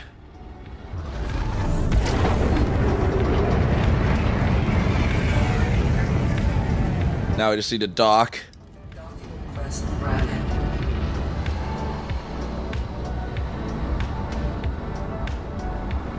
They're on landing pad 5.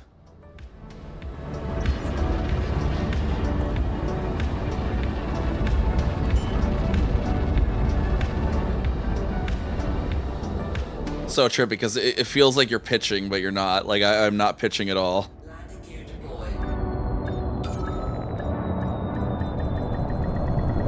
There we go, down on the pad.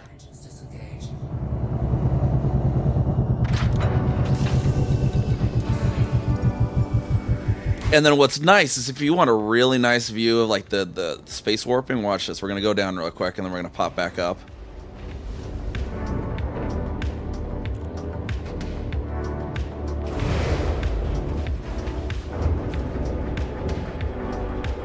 I wonder if the NPC traffic has actually any issues with this. And then if we pop back up, I found this little lovely quirk.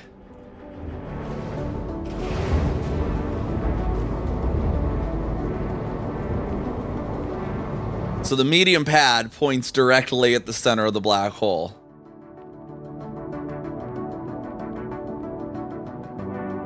So you just get to sit here and you can watch the lensing do its thing right in front of you.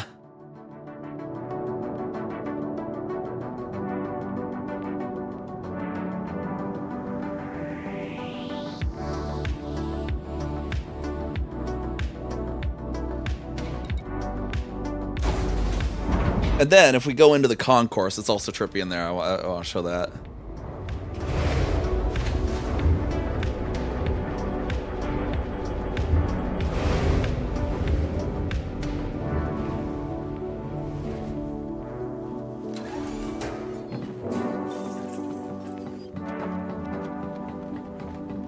Low gravity. Magnetic contact active. See, what's funny, that at this station, that particular message is kind of funny.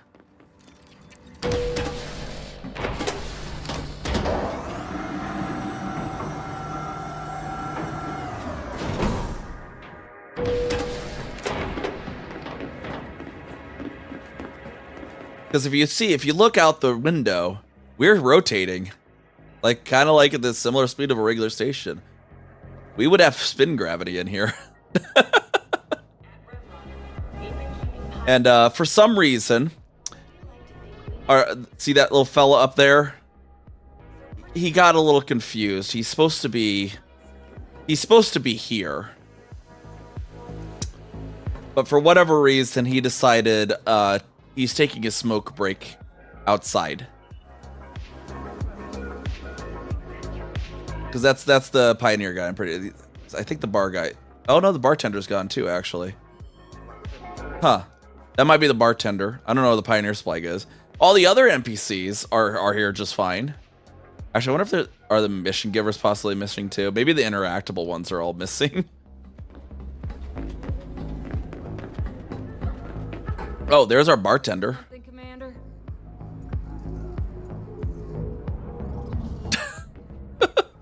So the bartender's up here. So yeah, that's probably all the interactable ones. Okay, and that is probably the mission giver that would normally be standing here. That's probably who that is. So something about the station also just makes all the NPCs be like that amount of distance higher than they should be. Friend request, apparently.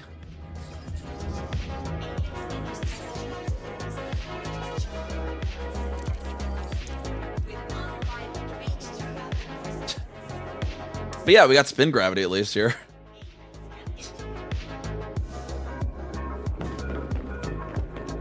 No, no interactable NPCs though.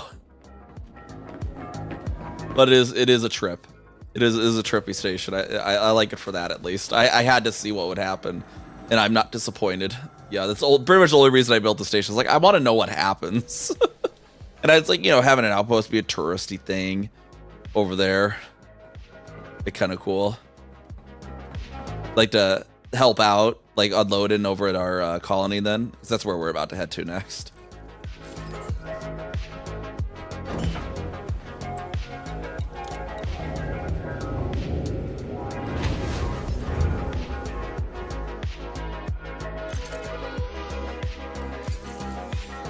Maybe 7 jumps over there now.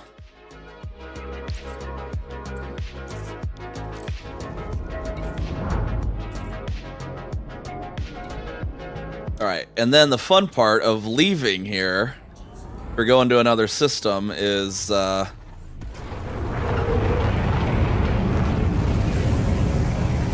here's me off the controls. Actually, this one's not too bad because it's up above, so it's actually not going too hard. So I just have to yaw a little bit to keep up with it, right? But let's see, some other systems could be worse, because I jumped earlier to one that was really annoying to keep up with.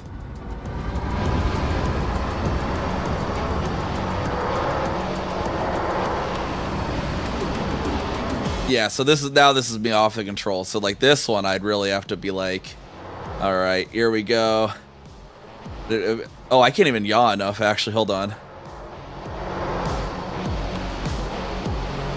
There we go. Had to like hold on to it there. Actually, it's honestly easier just to do this.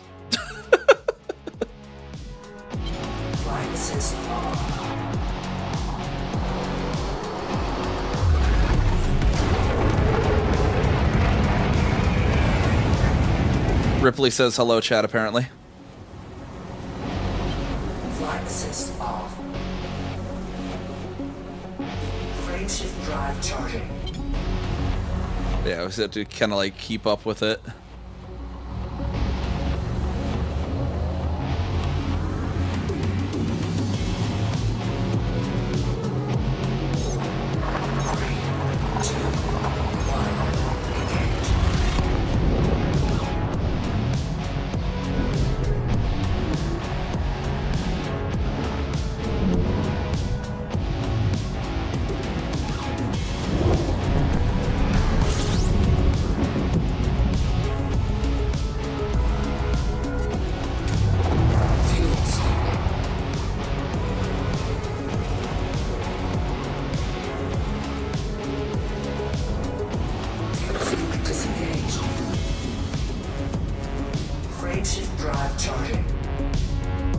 But yeah, Ripley, if you're wanting to wing up, we have yeah, Kelt-2A is where we're going. That's where we're going to be unloading the carrier.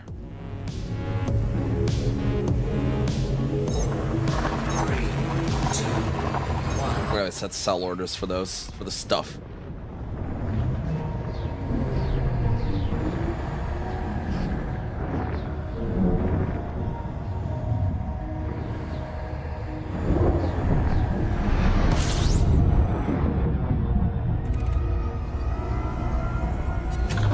Message.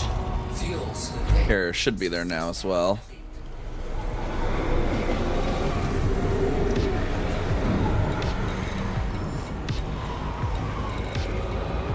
Fuel scooping complete. Yeah, basically just I'll have the stuff for sale on the carrier. You just buy it and take it to the construction carrier. Drive charging. Whatever I basically will have listed there. Once I'm there, I'll list them for sale.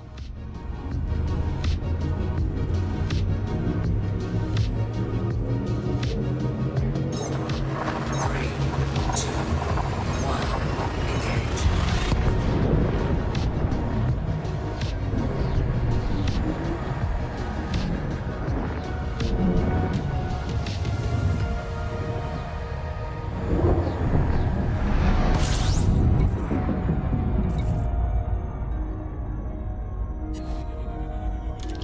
That's the system name there that we're headed to now. Fuel scooping.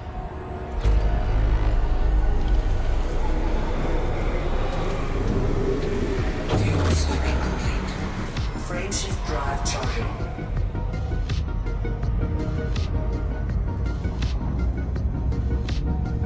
And hopefully I won't get hyperdicted on the way. And I know jumping straight from Alchinib to Kelt-2A, I got hyperdicted last time I did that route. It goes right through the Plaids.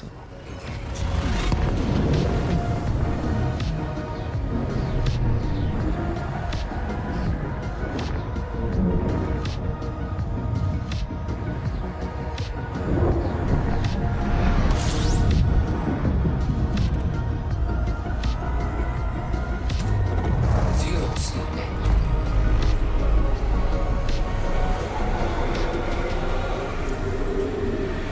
Fuel scooping complete.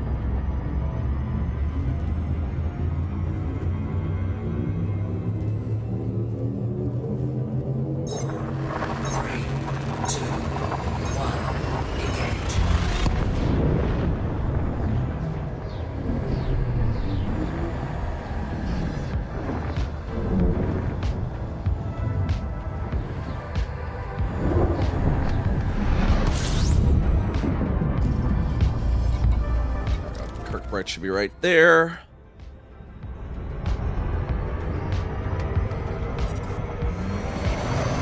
We don't have too terribly much to deliver, so we should be able to tackle this within the hour.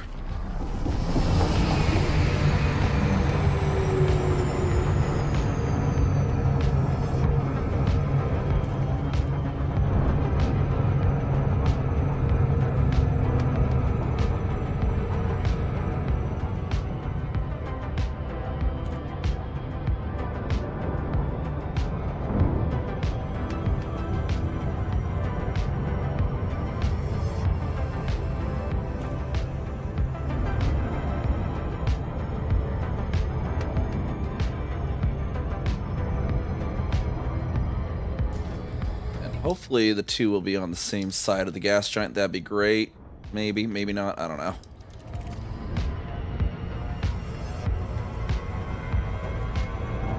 But I'm slightly far because really annoying to have to super cruise near a gas giant. Especially if you're having to go around the thing.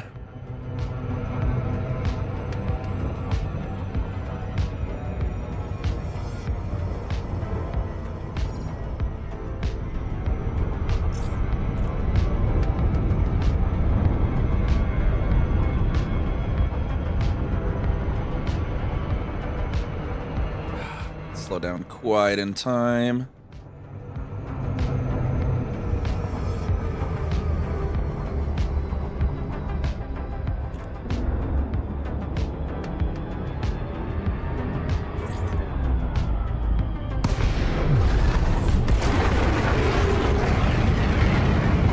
There you go, and everyone should be back from the ads now, it looks like. Commander. Standard flight regulations are in place around this carrier. Access granted. Please follow standard docking procedure, Commander.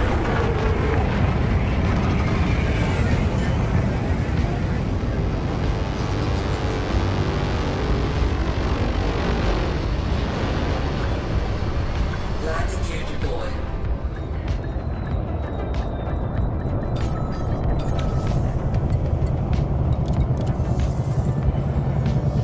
Now we just gotta get back in the Bobcat lawnmower. Contact confirmed. Cleared to disembark. Welcome to a carrier, Commander.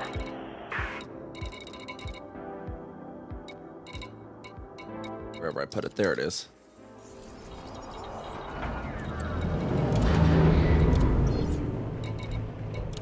Yeah, we need to put up our things for purchase. Oh wait, I need to go into carrier management. Commodity market in there to actually put them up for purchase.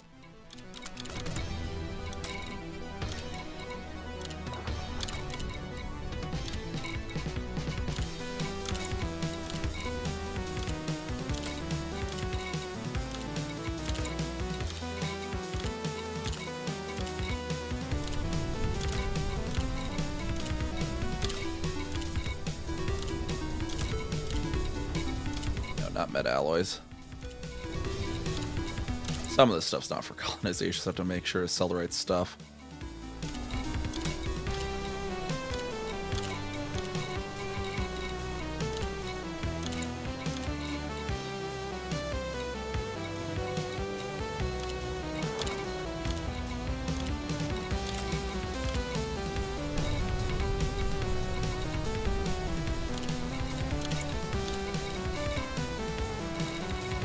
Yeah, it should be all the colonization stuff there.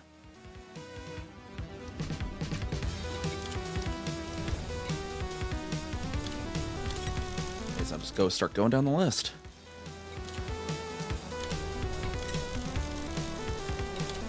Cargo hold at maximum capacity. Landing gear retracted. Release confirmed. Restrict speed. For 14.2 light seconds in that direction, it's not bad at all.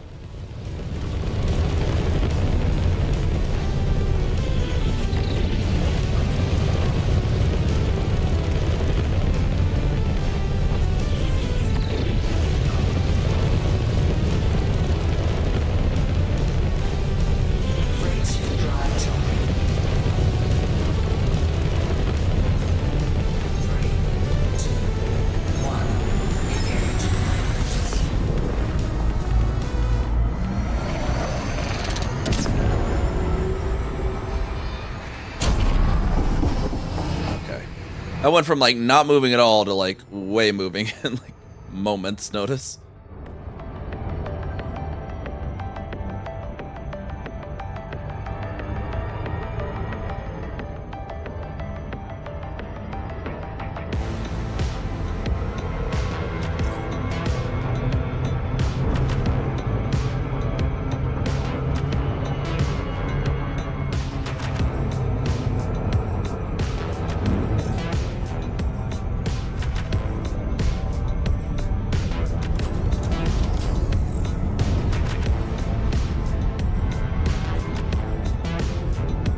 Very dark gas giant. That's just basically a black mass there.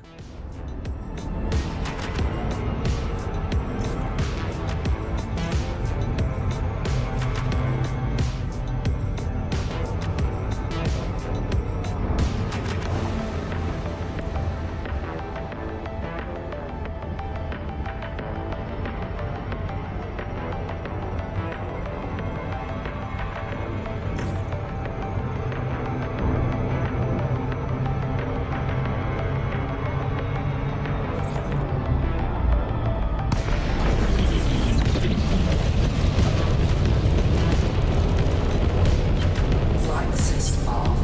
Flight assist off. Northwest grounded. Like it's giving us a top pad there.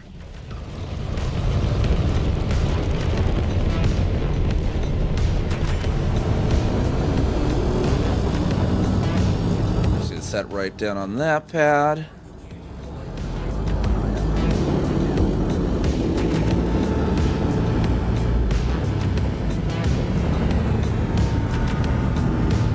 Scan detected.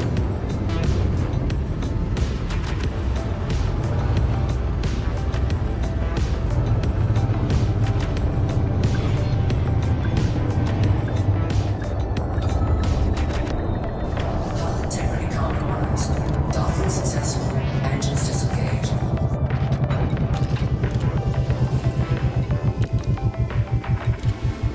Landing gear retracted. Ship released. Engines I engaged. suppose it loaded everything. Supposedly I loaded everything. Hopefully I had it correct.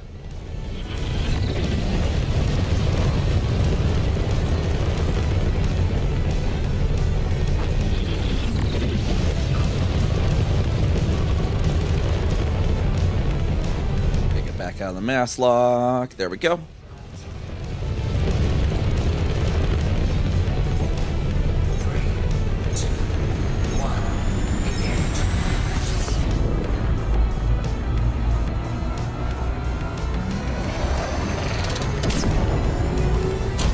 Slight pulse there.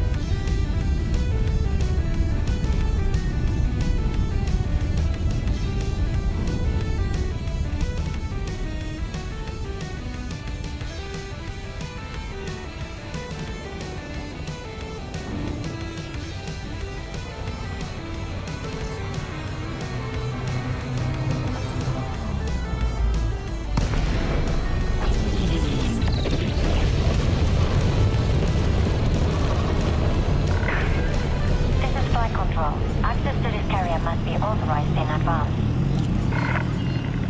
Clearance granted. Move directly to allocated path.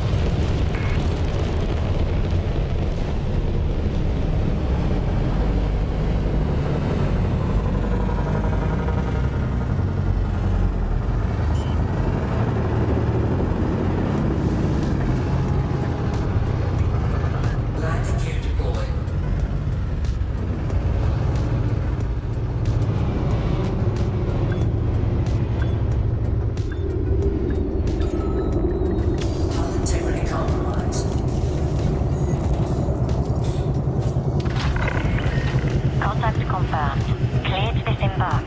Welcome, Commander.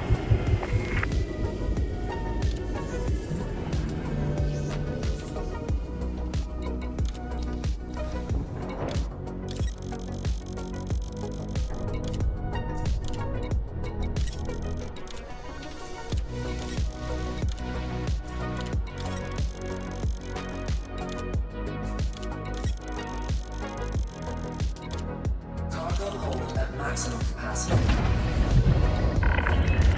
Ship has been All right, and then over to Baragas again.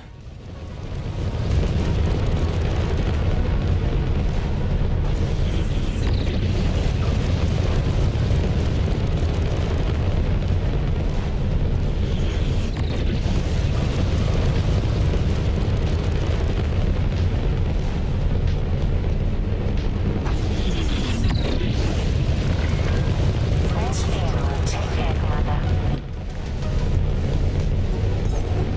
3, 2, 1. Engage.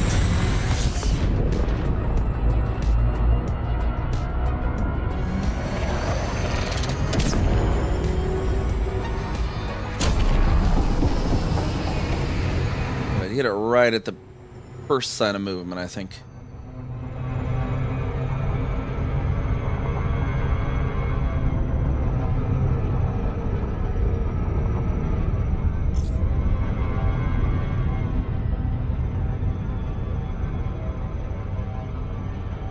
You gotta be careful of the rings on this thing too. It does have rings technically. They're thin, and they're basically invisible. So be aware of that, Ripley, when you're here. This thing does actually have rings.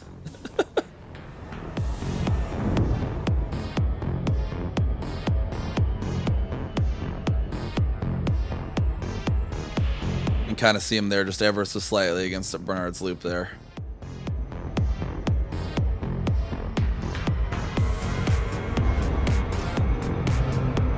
But from the carrier to the colonization ship, it looks like it's a straight shot without hitting the rings. But if you loop, you might have to be cautious.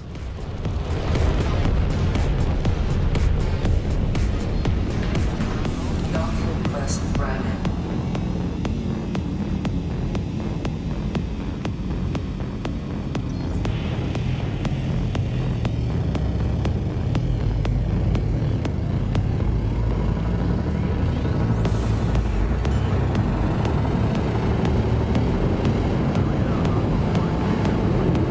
Flag gear deployed.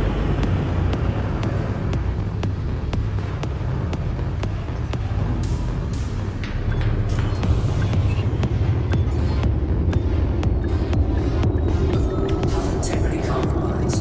Docking successful. Engines disengaged. It was in there, now we're at 44%. Gear retracted. Ship released. Engines engaged.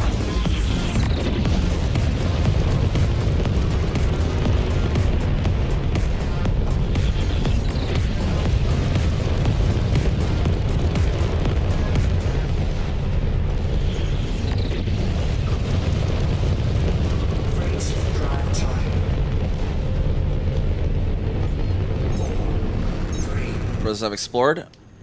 So I actually am, I think, the fourth furthest person from Seoul, if I remember correctly, on the old 65,000 light year from Seoul Club. I've been to Avasi SGY D0, and then I proceeded to super cruise about 5.5 light years away from it. So I'm like the fourth or fifth furthest person on that, back when 65,000 light year from Seoul Club was still taking entries.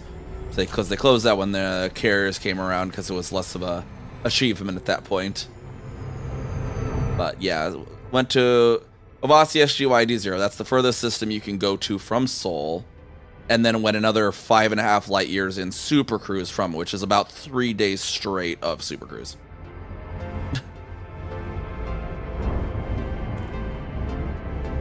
And this account you actually have me friend on right now too.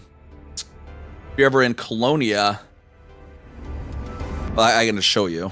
This is one of my exploration humble brags, not so humble brags. Let's just put it that way. I may or may not have been the person that first mapped the planet Shock's orbits.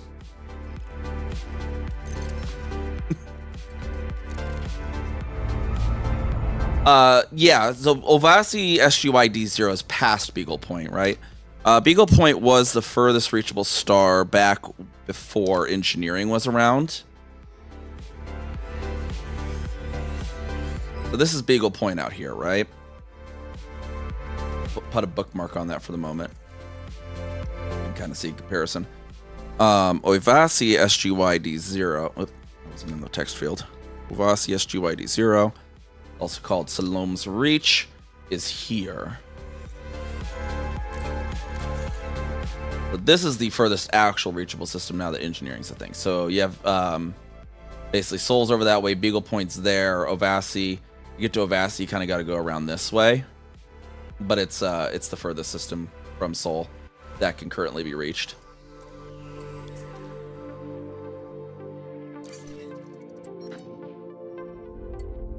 And I've also so I've led expeditions. We've led our expeditions. We've actually went to the northernmost real star in the galaxy. I don't have it bookmarked at the moment on this account. We also had another expedition out here because we focus on the real world celestial objects. This is the furthest east one. We did an expedition out to that. We did an expedition out to 3 Geminorum, and then there's like a few hip stars that are slightly further south from 3 Geminorum that are real. So we did an expedition out to there. I was going to do one out here to... Oh, I don't have it bookmarked on this account. I have the other account. A lot of this my stuff's bookmarked on the NiamhKami account. There's a pulsar out around here, a real pulsar. I was going to do an expedition out to it, but the problem was it was like 30,000+ light years of no real stars and not really much other sights. So I was like, yeah, doesn't make for a very interesting expedition.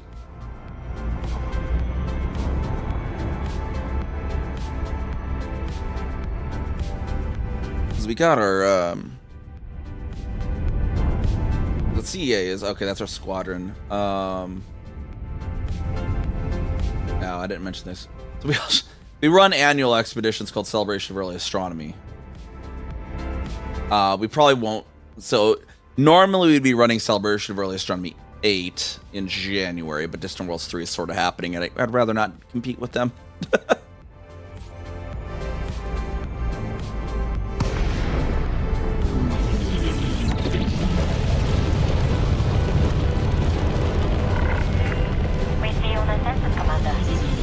Yeah, our whole squad. We're founded because after Distant Worlds 2, I wanted to run an expedition. I noticed there hadn't really been an organized expedition that focused on the catalog stars, like the real nebula, real stars. And so I went and organized one of those. And then during that expedition, a few of them were like, well, let's make a player miner faction because I have to have it open those applications back up. And I'm like, okay. What about a hospital network that treats space madness? So that's where our CA Psychiatric Institutions Limited comes around. We're like the premier research hospital on space madness. Basically what that came from. A little tongue-in-cheek explorer joke, basically. This is the whole thing of our faction. Landing complete. Hunger crew is ready. Welcome, Commander.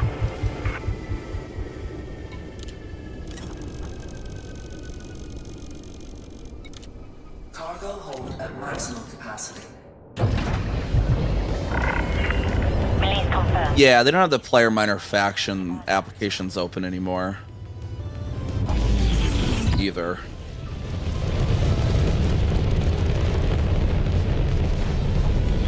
We do a fair bit of mining though too, because a lot of our folks are Torval power play, which definitely does a lot of mining.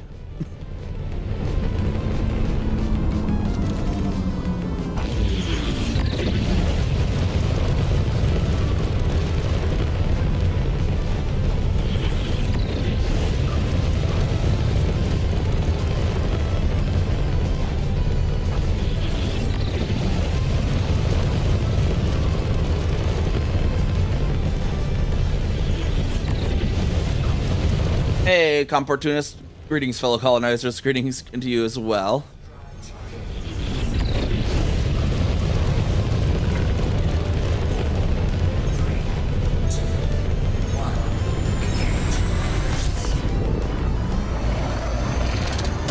Let me time this right. Oh, nope. It is such a razor thin timing. It's like the moment you see a little bit of like increased movement, you gotta stop, but like, whew, you miss it ever so slightly. It just completely goes.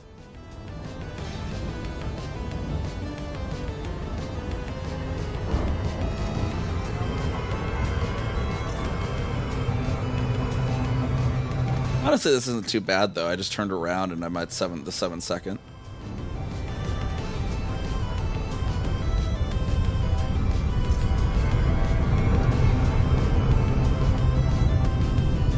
To be aware of the rings. Down below equatorial. No. Speak of the devil.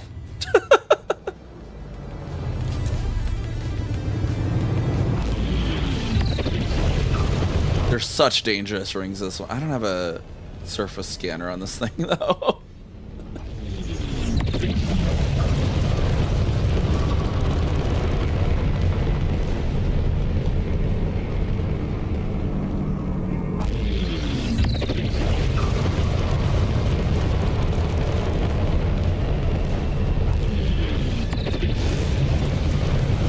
Fly through the rings so we're on the proper side of them.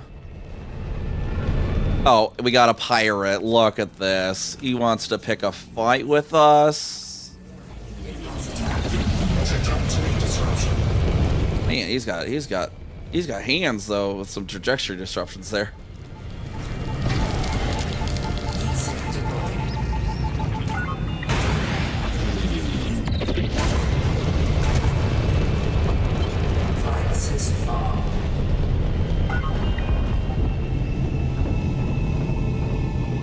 We got our missiles are still headed towards them. We'll wait for it. We must be patient.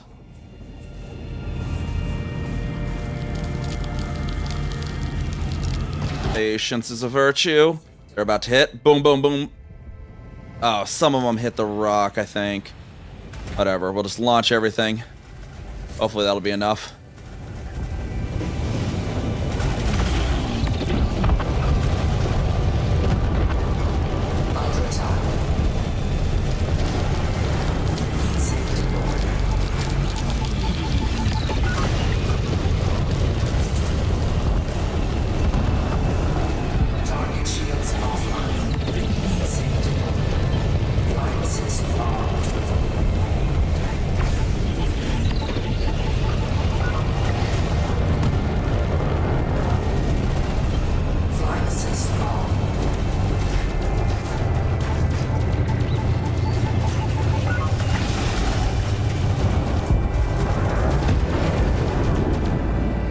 Getting within the 500 range is the problem.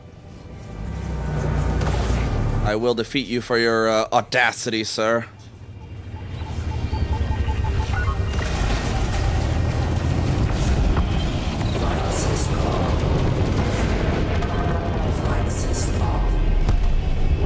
There we go. Lost some of the shield killing torps to the rock, but we got him anyways.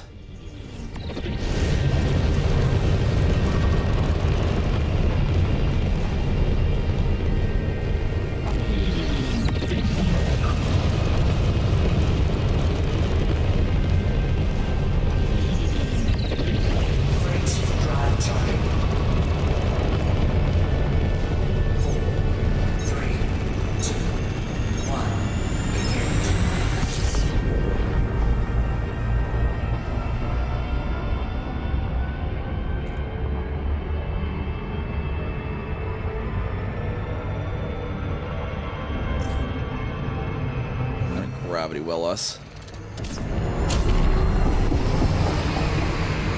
Use that to overcome the gravity well slightly.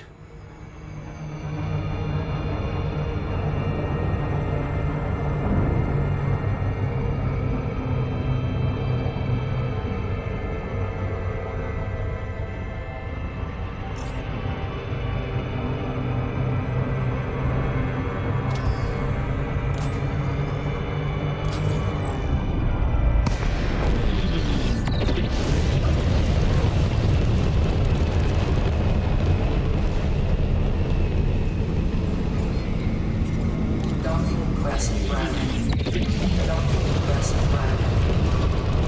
But, yep, nope, there's the one it's giving us.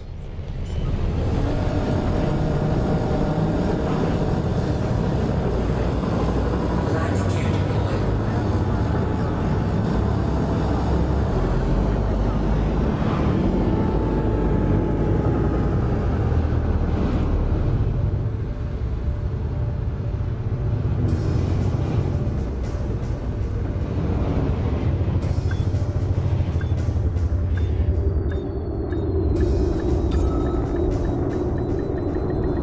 Docking successful.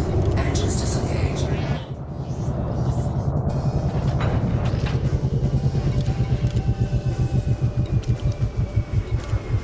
Landing gear retracted. Now just back to the carrier again. Engines engaged.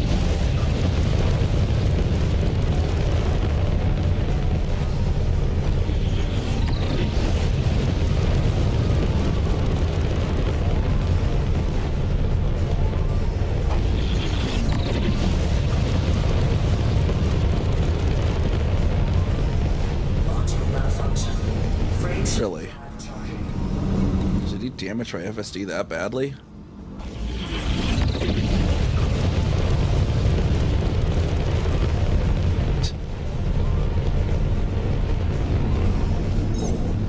Three, two, one. Engage.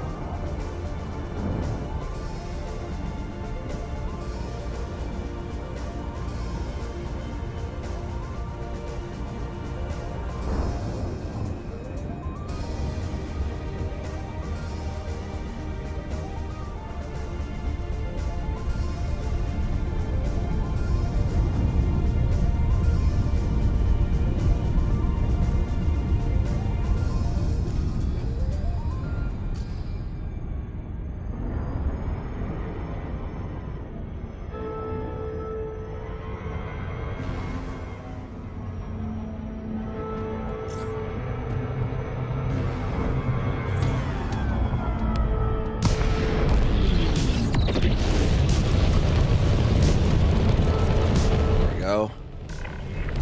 Communications established. Welcome to Ontario, Commander. Access granted. Please proceed to your landing pad, Commander.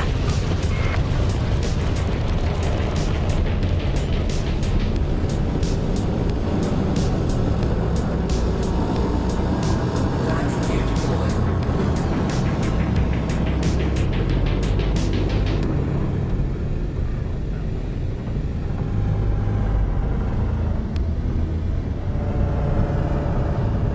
Ourselves nice and gently down on the pad.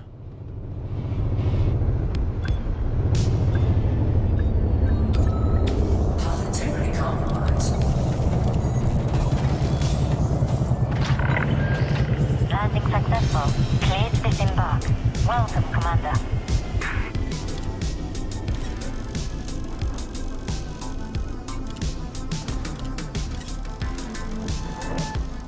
Thing. Yeah, there's like, it like doesn't even matter how slow you approach with a Panther Clipper. This it like will always take damage. There's like something like sticks lower than the landing gear or something. Landing gear retracted. I've like tried approaching at like 1 meter a second. It'll still take damage.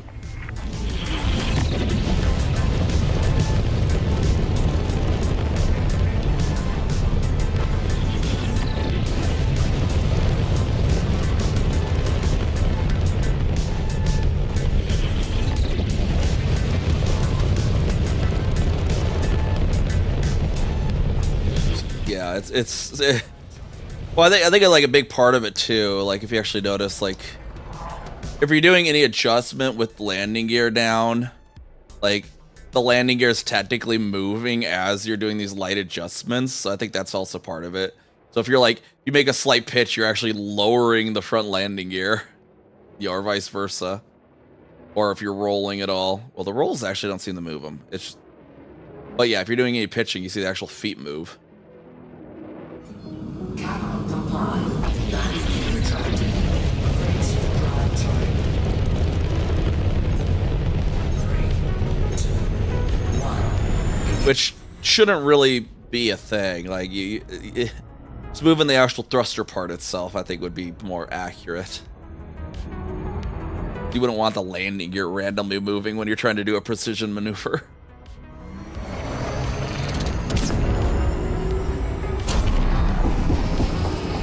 It's too soon.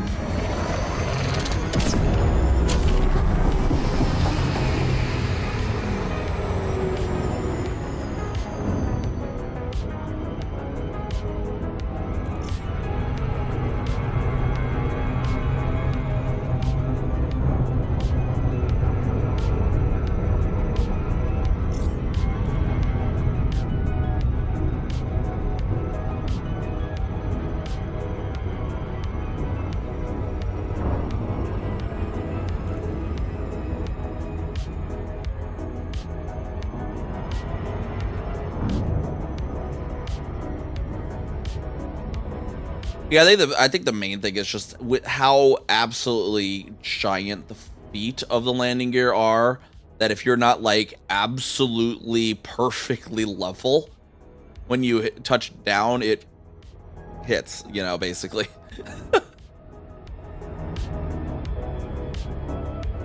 If you're not the absolute most like perfect level ever. Yeah.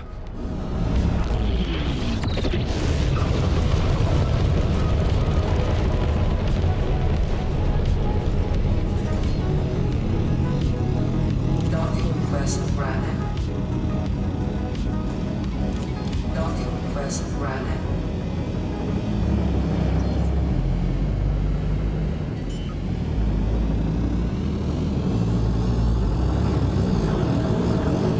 Landing gear deployed.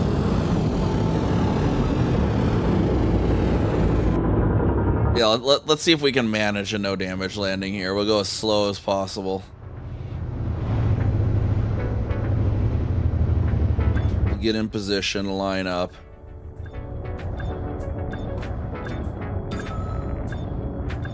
That's saying we should be lined up. Flight assist off. And now we wait. Actually, maybe okay. We have 52 meters to go there. Let's get a little closer before starting that maneuver. 30 minutes. Let's get like 10 meters above and start that.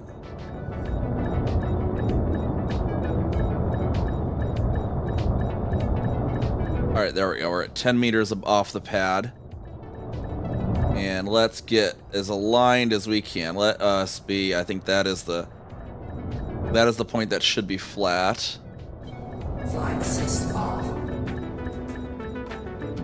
And we're moving at 0.1 meter per second, basically.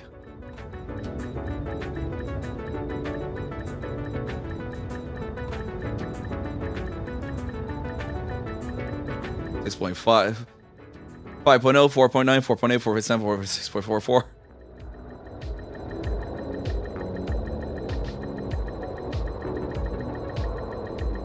4.4. Okay, 2 meters. 1 meter from touchdown. Docking successful. Oh, hey, it took no damage. You just have to go that slow.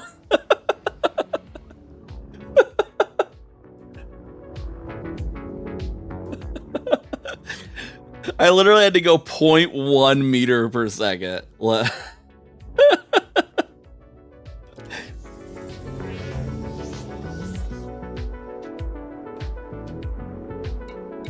So I was moving so slightly, but it still showed my speed as 0. I was going so slow.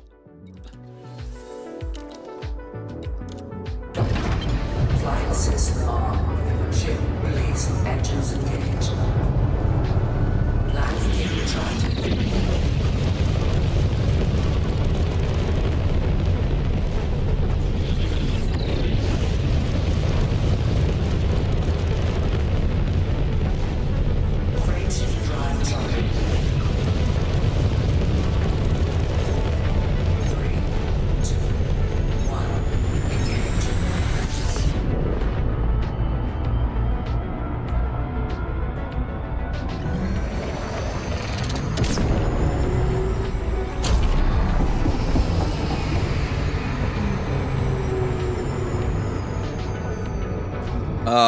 Oh, I'm wanted with Brewer. Or I think I accidentally loitered for a few seconds too long above the wrong pad.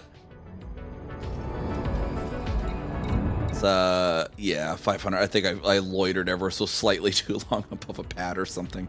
Or I hit a ship on too fast.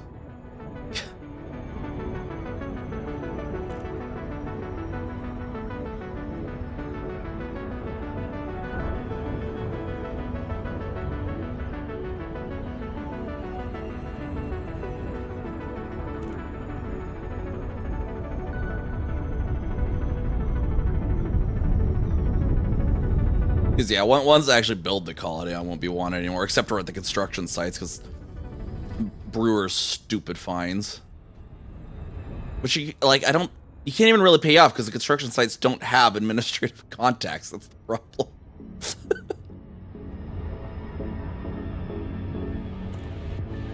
They just have construction services. So it's like, okay, you give me a fine, how do I pay it, guys?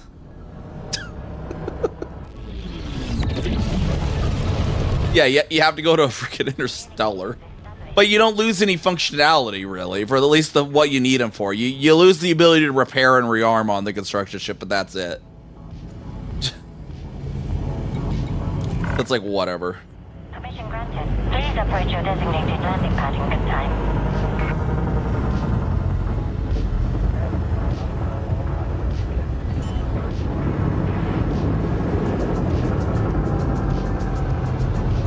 Head's tilting.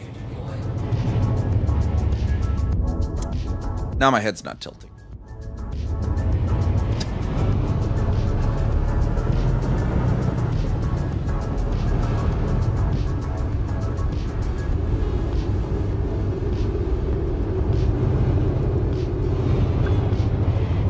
I really need to just sit down one of these weekends or whatever, or maybe just cancel one of the Monday streams. Get around to sit down, get Wardo configured. The throwables might have to go away for a bit though, or some of them at least. I gotta figure out how to do that in Wardo. It's because that'll use itself instead of tits. But I like Wardo's tracking better. I just gotta put the time to actually implementing it.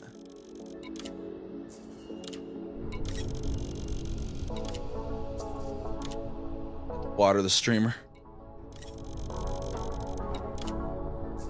I can definitely see the redeems now. I kept missing them again. I have my desk flashing, but I added the light, the dome light that's to my top left as well, flash green.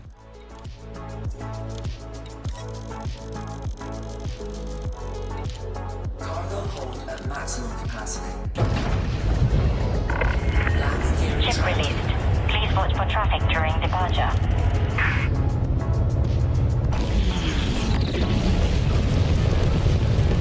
Yeah, like I got the Lumia stream, and I just got StreamerBot doing various light flashes. Like my desk flashes purple for a Twitch message, red for a YouTube message, green for a redeem, and then I also had it because like every once in a while, if there's a lot of messages coming in, I kind of get like alert overload, right?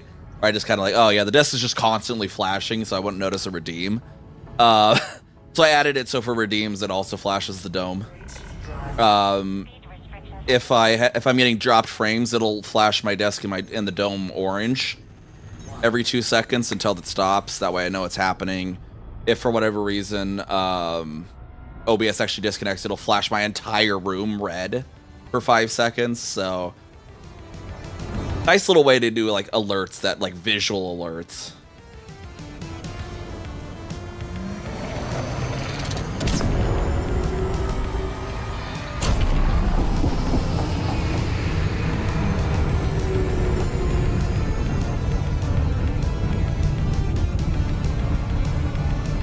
Yeah, very handy for sure.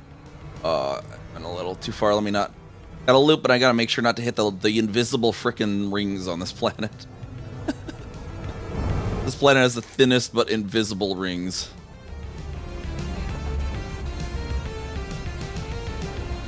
I think I'm good because I'm just kind of rotating above the pole.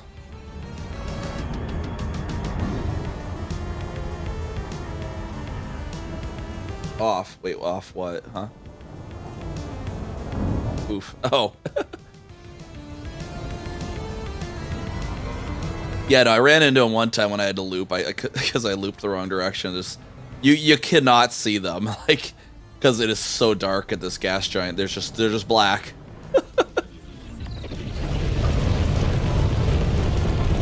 Don't we all type good every night though?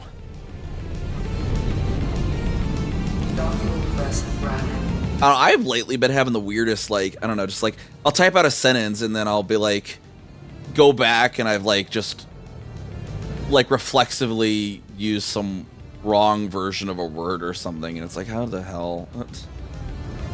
Like that's not what my mind was thinking when I was typing it. It's like this subconscious disconnect from the conscious or something. It'll be, yeah, it'll type like instead of like there, like THEY apostrophe RE, it'll be like THEIR, and it's like, no, my mind was thinking the right one. Why fingers? Why did you do the wrong one? Let's actually use the correct pad. Where is my? This is the which pads are these? These are the low numbers. I need a low number. I want a low number. Get a low number. Listen to me. There we are.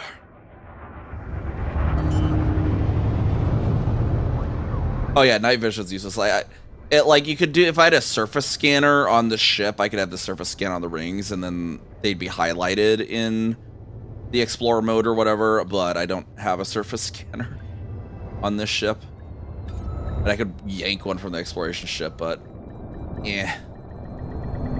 Docking successful. Engines disengaged.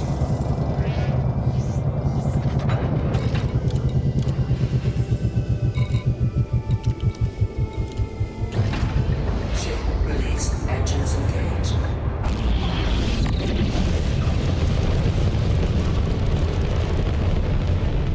Where'd my carrier go? Up, navigation. There we are.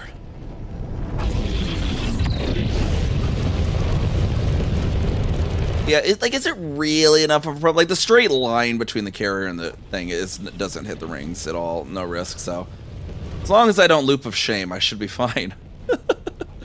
And if I do have to loop of shame, I just need to make sure I'm going around the pole, not around the planet. 4,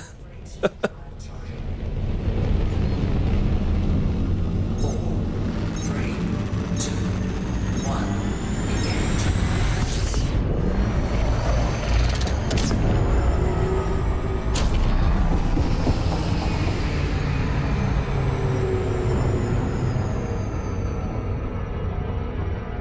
Thankfully, they're very thin rings, so even if I go past them, the chance of hitting them is pretty slim.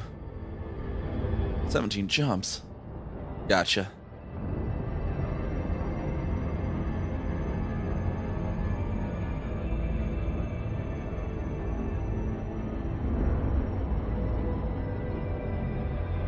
I mean, we might be honestly wrapping up by that point, though. Usually in somewhere between 3 and 4 a.m. my time, which is... And it's almost 3 a.m. my time. It's 2:52, so...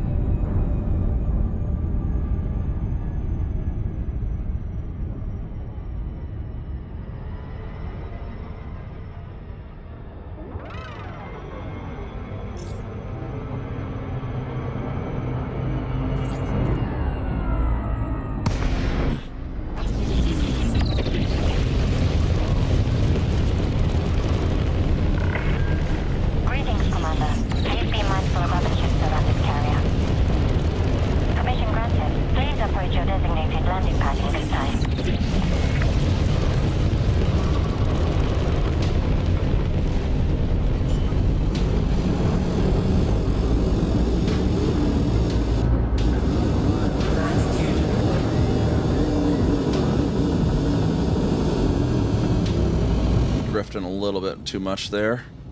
Come on, stop drifting so much. Go up. Like, is it even slowing down on the up? There we go. I think drifts so much sometimes too. It's not as bad as the cutter, at least.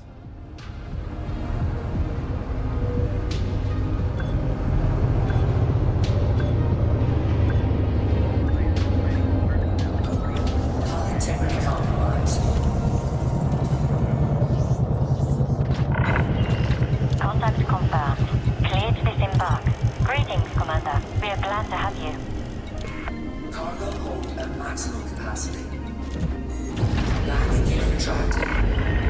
Ship released. Departure authorized.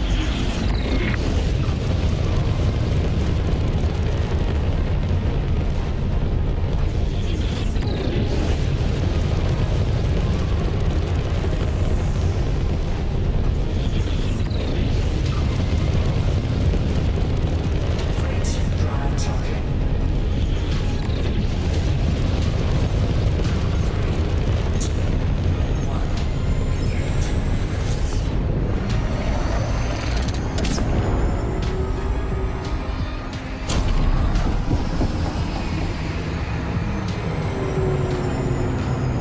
Gotta make sure I'm pitching this way, so I'm staying similar to the equator, basically, not risking the rings. That should let us not risk the rings. The rings should be on the orbital path there. As long as I don't have to cross those, I should be good. I think. Let's see any hints of the rings. I usually see hints of them against like Bernard's Loop.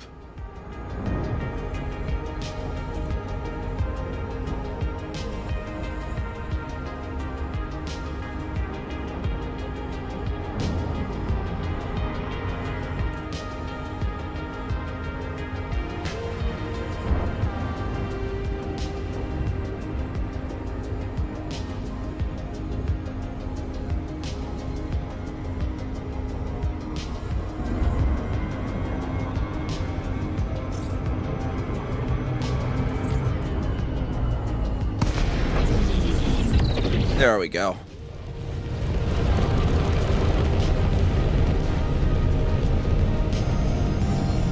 Docking request granted.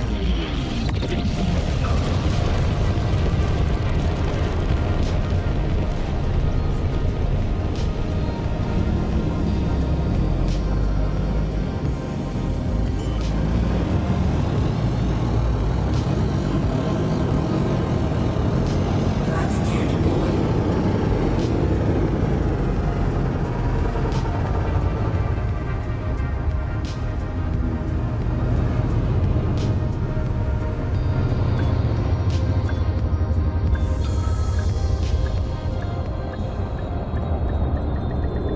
Hull integrity compromised. Docking successful. Engines disengaged.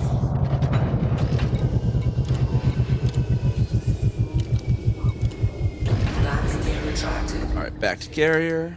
Engines engaged.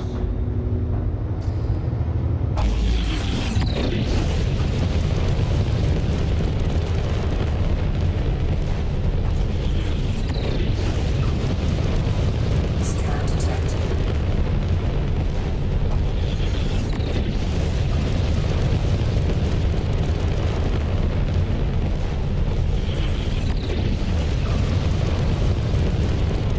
Freight drive charging.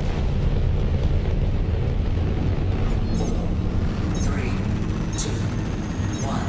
Engage.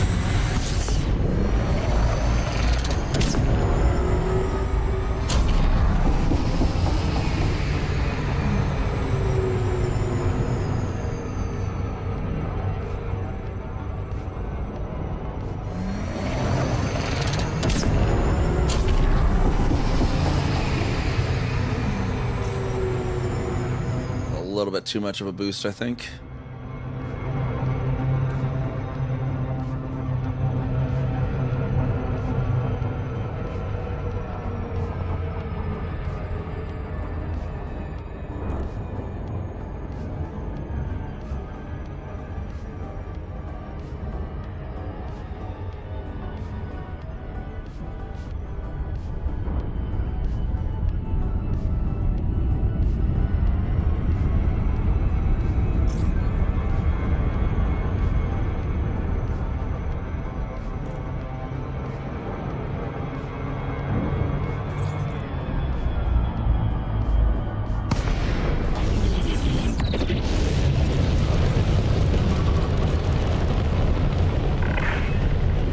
on our sensors, Commander. Standard flight regulations. Dock and request in.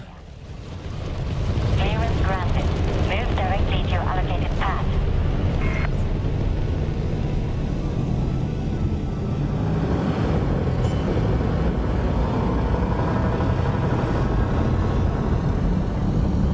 Landing gear deployed.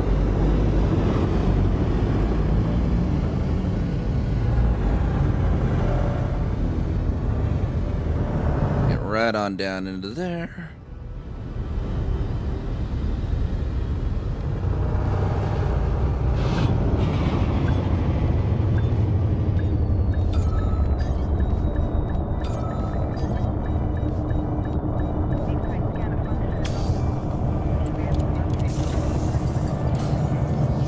Oh, see, that took no damage either. Landing complete. Cleared to disembark. Welcome to a carrier, Commander. Cargo hold at maximum capacity. Landing gear retracted. Landing plan disengaged. Restrict speed until clear of our carrier. Back over the colonization ship.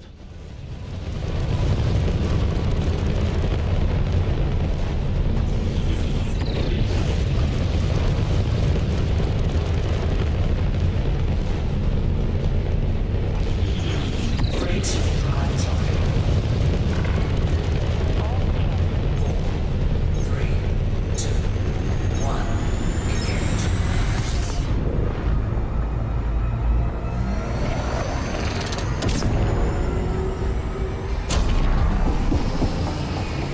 Slightly too soon.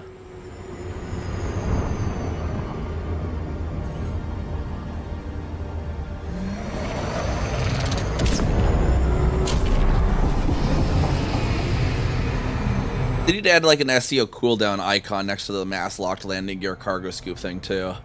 So you can know when it's off cooldown. Instead of having to spam it to find out when you are.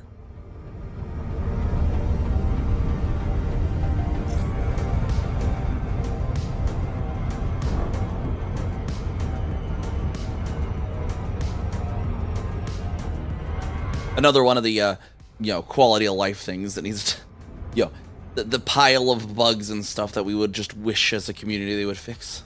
Another quality of life things.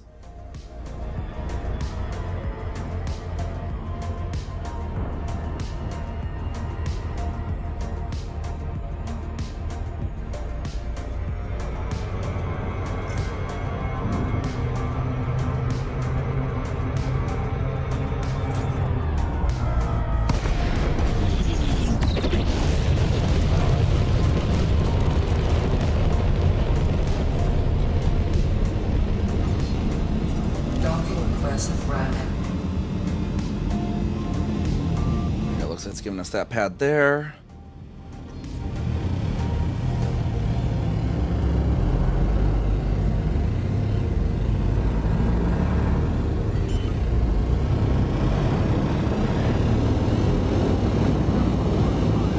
Landing gear deployed.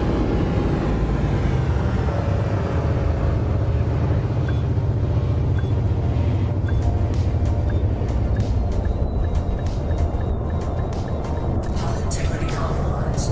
Taking damage. Docking successful. Engines disengaged. 74 on that. I mean, I should get this done before 4. Engines engaged.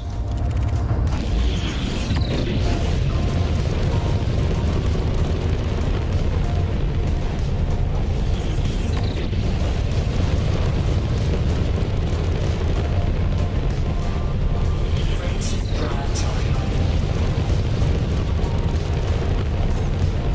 3, 2, 1. Engage.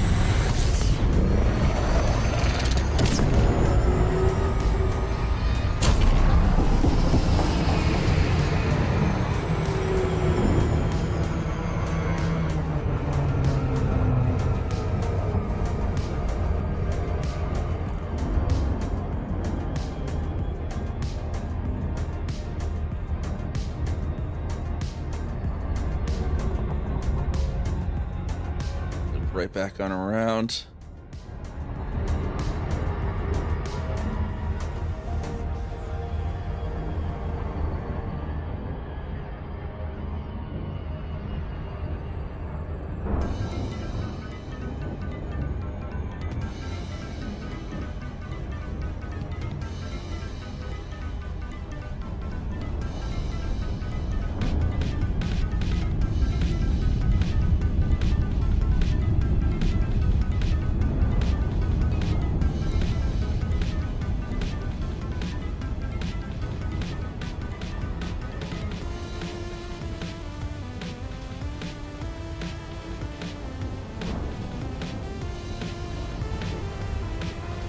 we go. Drop in.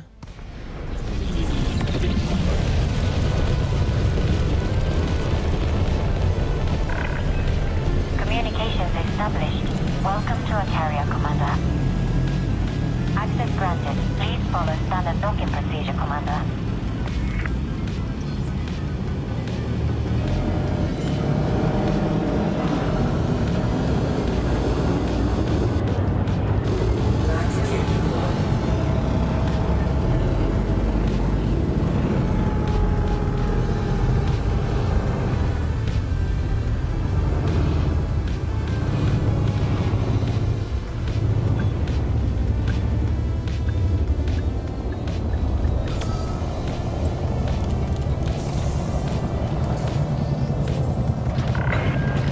Landing successful. Hangar crew is ready. Welcome to a carrier, Commander. Load of steel. Cargo hold at maximum capacity. Landing gear retracted. Ship released. You are Borrego's Pride one more time. Yet again, Borrego's Pride. Oh, looks like we got the ads hitting.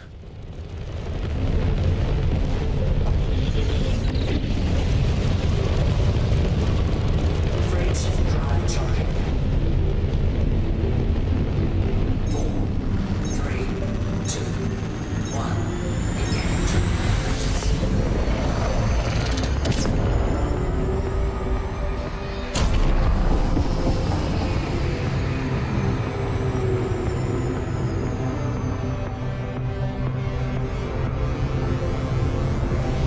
There we go. There was a sweet spot. If we can keep hitting that.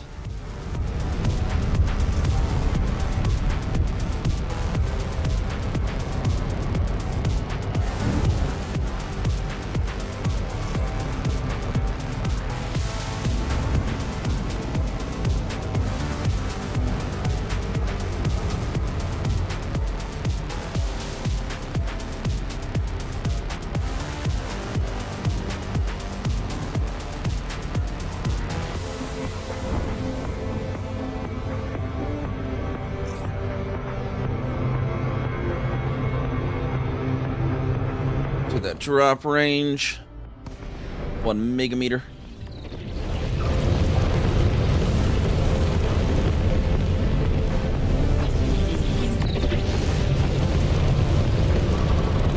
Docking crescent rapid. Docking crescent rapid.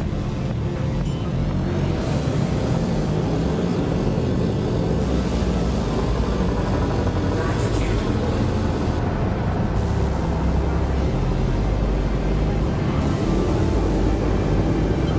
Flight assist on.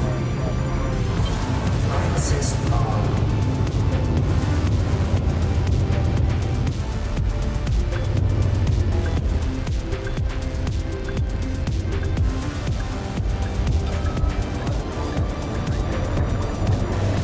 Docking successful.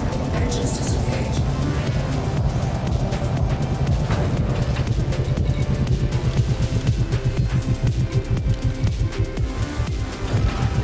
Ship released. Engines engaged.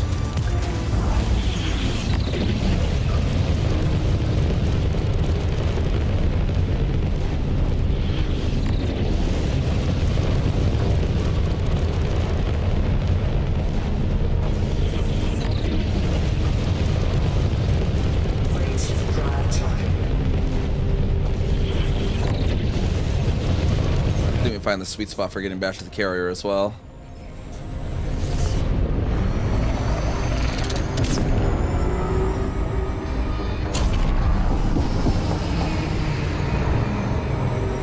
Yep, that was a little past the sweet spot.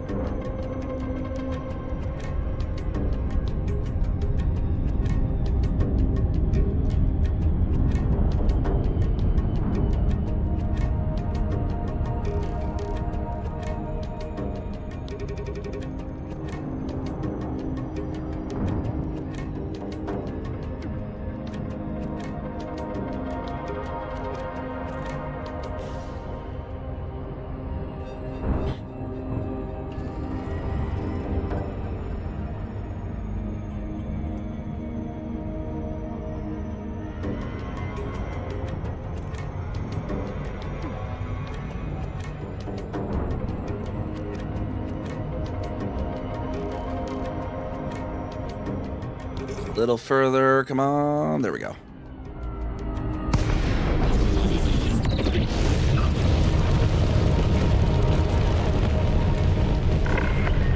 Thank you for visiting our carrier, Commander. We look forward to your customs. Access granted. Please proceed to your landing pad, Commander.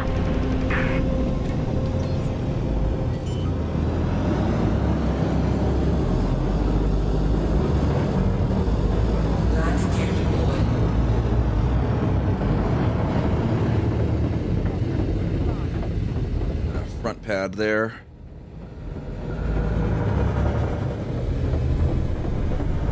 Slide it right into position there.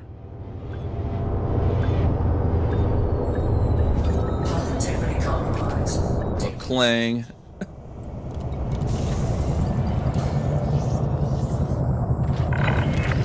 Landing successful. Commence shutdown. Greetings, Commander. We are glad to have you. Might as well pop the computer components in there. And we just got 3,000 titanium to go.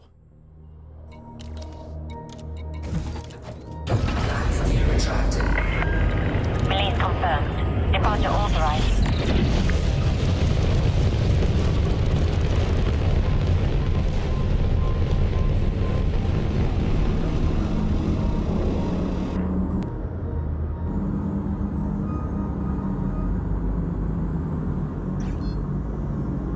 I was on shuffle. I just kept playing the EgoSoft ones. It's funny.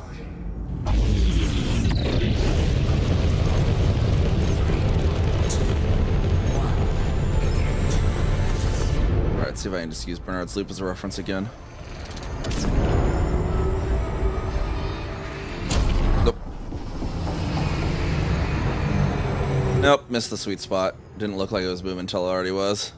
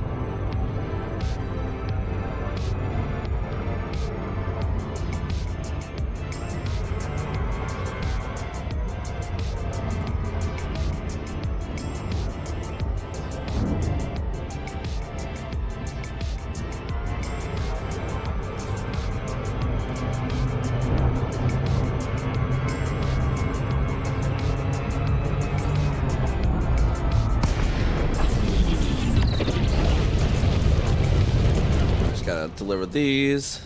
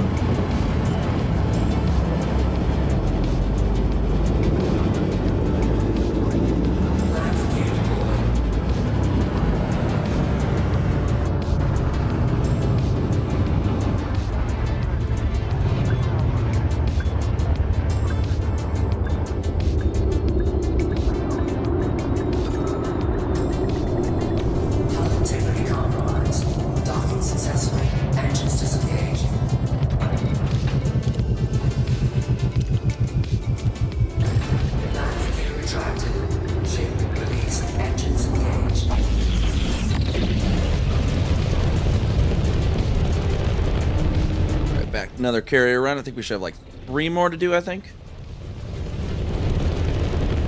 3 more, I think sounds about right.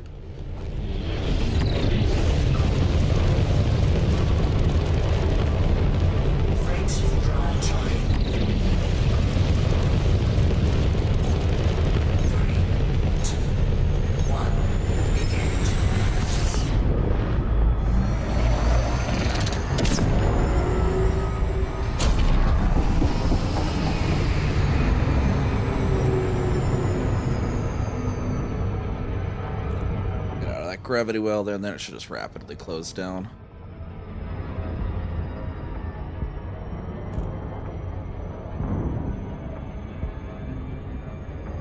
That way we don't necessarily have to turn around. We don't have bright eyes right now.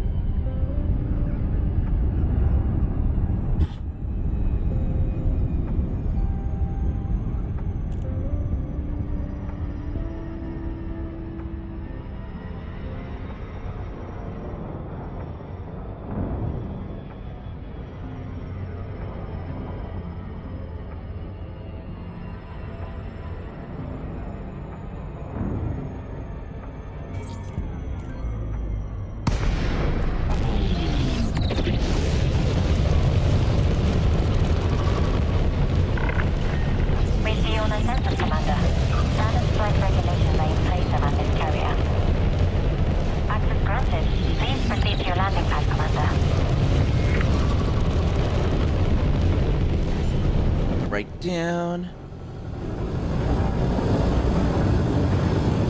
Landing gear deployed.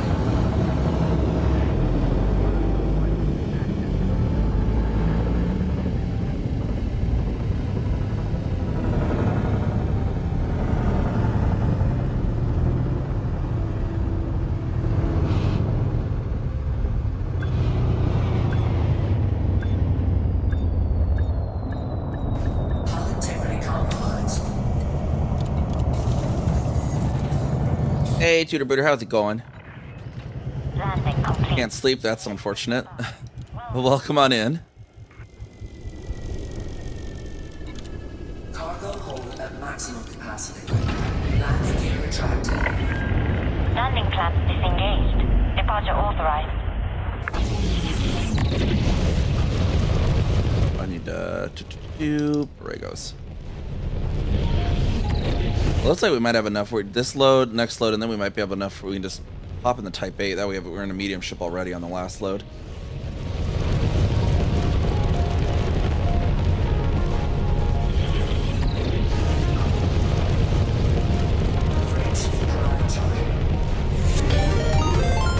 Hey, Creaker, how's it going? How's it going? Welcome on in, Raiders. What were you getting up to today, Creaker?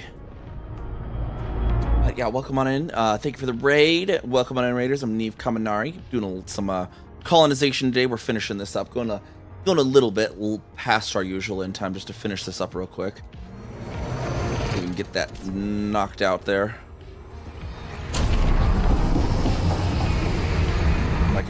If I can like not overshoot it, that'd be great. But I think I'm gonna overshoot it. Try and turn around there though. But that fish lady, she was talking about how she watches certain adult movies for the plot. Okay. They have good plots at least.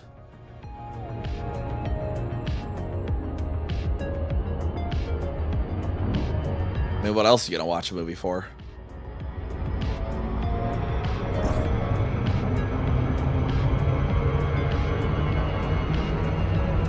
Oh. How was I not slow enough yet at that point?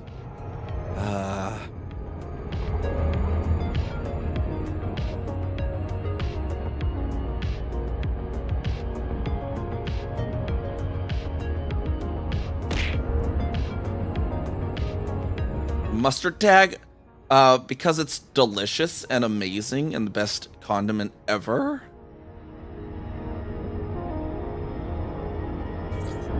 And I am known to often go into educational diatribes on mustard. You were born for mustard. I imagine you taste delicious then.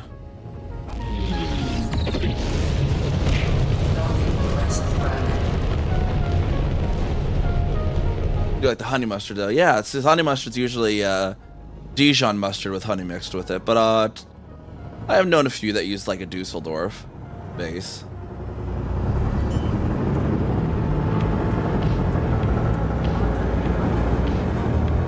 See, mustard's one of those one where like you have a good mustard, it's a good mustard, but the bad mustard can be so bad it turns people off from mustard. You know, like Heinz or French's yellow. Just don't bother with those.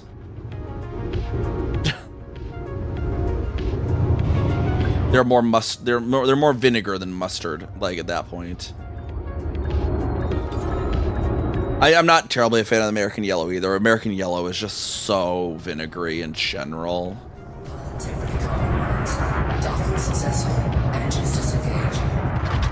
Your mother would just treat me mustard with Shelby. Hey, I gave Dad Kami a thing of Culinary Tours smoked porter mustard for Christmas once. He ate half the jar sitting there in the living room on the couch. Before we're like, okay, enough. Save some. Like when I'm going, hey, easy with the mustard, you know, you know, they're going a little crazy. He just ate half the freaking thing right out, just off his finger, and it's like, well, you just save some for a sandwich. Like normally it can work, like on a burger or like a hot dog. There are things you can work for, but like. Some of them are just really way too tart. Like the I think it's like the Heinz one is just so tart. It's like it's just too much. The French's one's not bad. I just don't really go for American yellow outside of like on a burger with ketchup or something.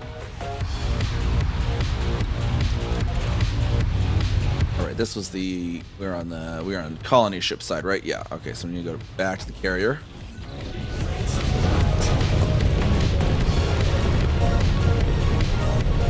Like all mustard, yeah, my man. See, I mean, Warhead sour candy, you know, it's supposed to be tart, but like, you want more of the mustard flavor than the vinegar. That's the problem. It's like yellow mustard could be like American yellow could be fine. As long as it's not like the vinegar overpowering the mustard itself. It's some of those like grocery store brand like yellows and stuff start to get real dangerously close to the vinegar being more powerful than the mustard, especially if they've aged a little.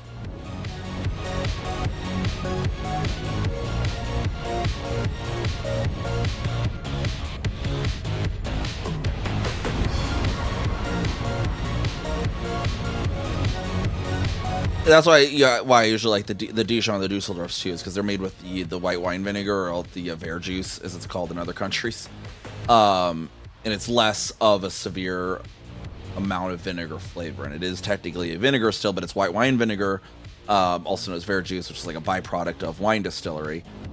That's what the Dijons and the Dusseldorfs are. Dijon's just with the yellow mustard seed, Dusseldorf's with brown mustard seed, and it's a more subtle vinegar flavor.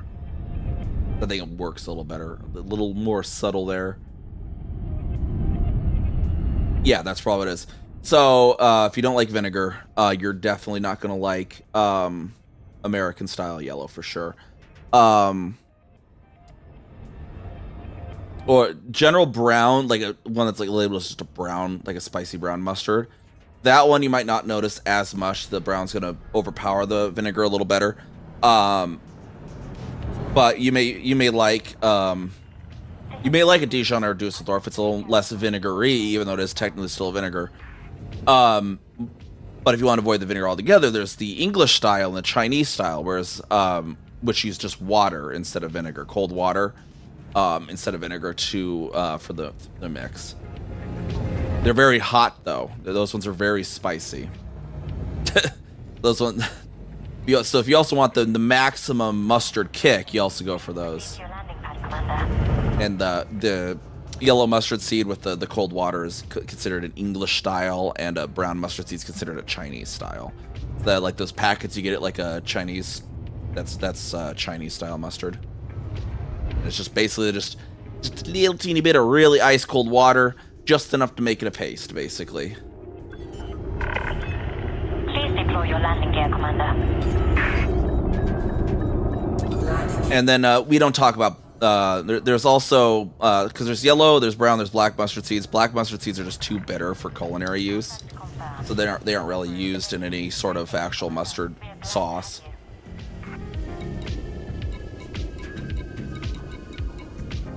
And then besides that, the only other real, like, the only other mustard sort of like sauce is wasabi, but that one's made from the root of a particular cultivar of mustard. Cargo hold. There's your breakdown about mustards. Ship released. Departure authorized.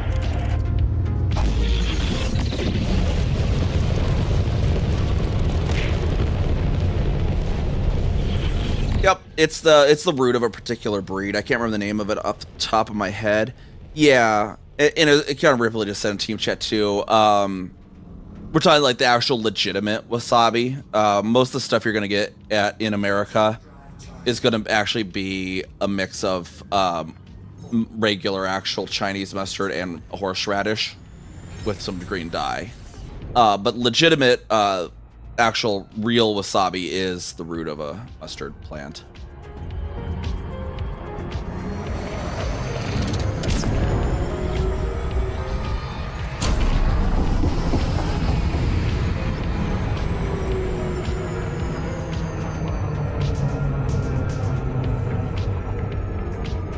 Okay, I think Ripley, you're gonna have the last load then, I think.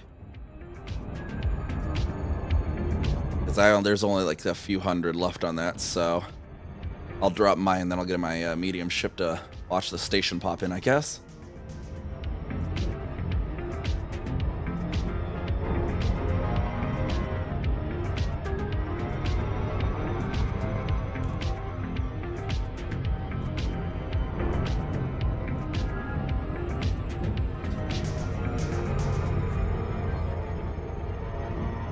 There's literally just the one thing left to sell there, Ripley. Just buy that, and that's the thing to haul. I think it's titanium. Yeah, this is the titanium, whatever's left of it. And then just bring it over to the colonization ship and drop it off. You arrived just in time for the last load. And some guy named Jeremy boiling me up, apparently. Will the colonization ship protect me? Yes, it will.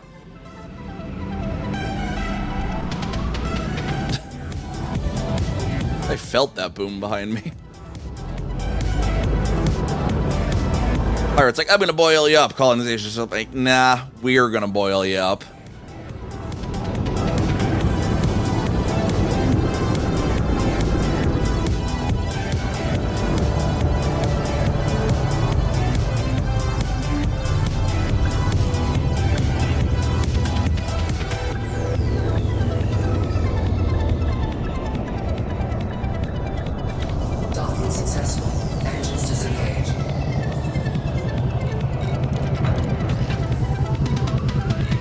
Yeah, there should be 483 titanium left to bring. I'm gonna switch into my medium pad ship while you drop that off.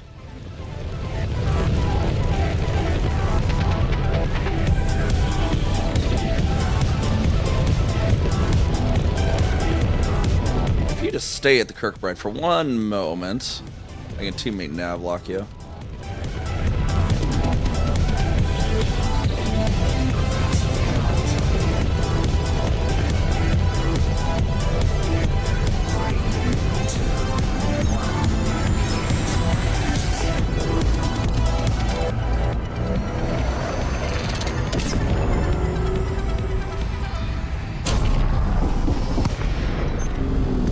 There we go. Perfect. Welcome, Commander. Please request token permission before approaching the landing pad. Clearance granted. Move directly to your allocated pad.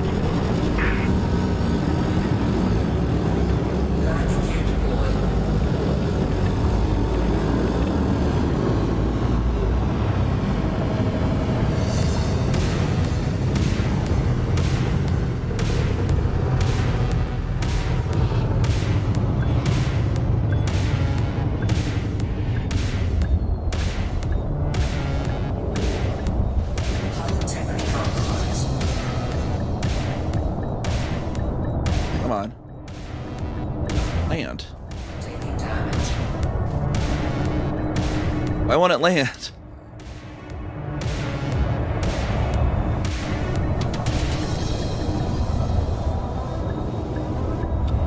Okay, I need to land, seriously. Landing gear retracted. Landing gear deployed. Okay, what the world?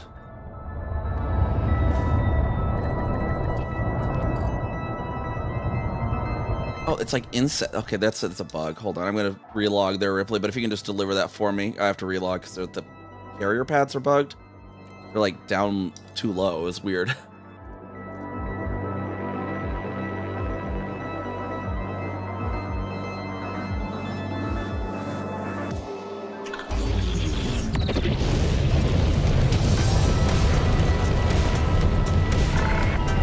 This carrier is safe to consider it pilot. Fly safely, Commander. Landing permission denied. Docking request denied. Our carrier uses 7.5 kilometer range for docking requests. Access granted. Please follow standard docking procedure, Commander. Landing gear deployed.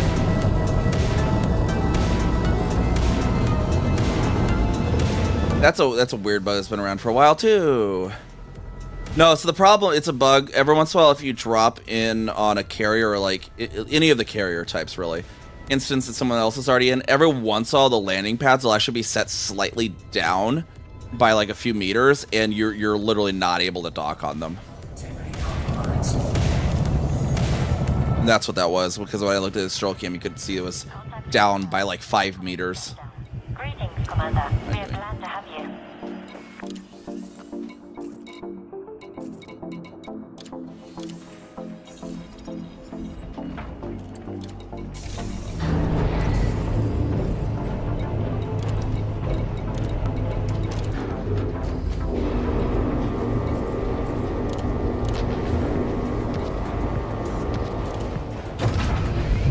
Landing gear retracted. Release confirmed. Departure authorized.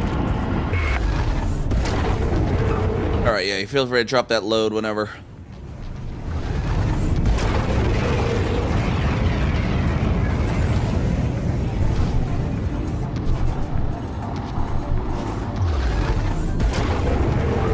Freight shift drive charging. 4, 3, 2, 1. I guess I'll avoid using the teammate nav lock on this one just in case it bugs that again.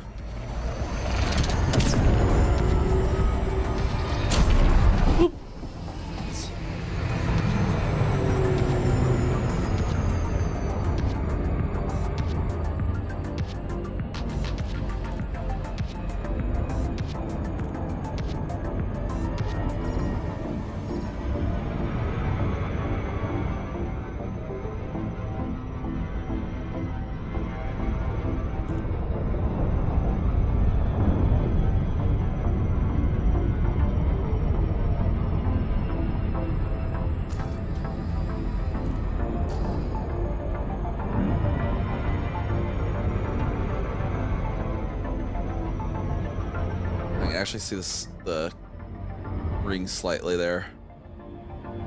Good. A little easier to see the ring in this ship. Incoming message. I think it's actually have it built.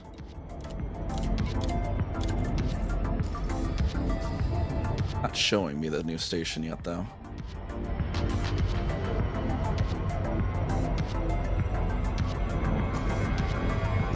There we are, Whitney Laboratory.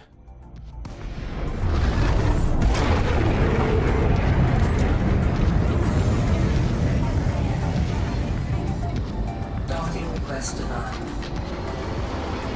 Docking request denied. Here's our factions. We got Black Star, Pleiades, CEA, and some other Docking group. request denied. Who is on the pad?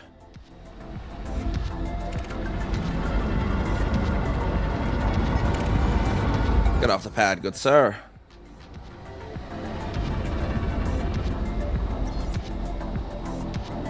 Yeah, I was just waiting for it to pop in Super Cruise. It popped like right before I was about to drop in, so that was good. Docking request. Get off the pad, good sir. This is my station. How are you on this already? He's wanted. I don't have weapons.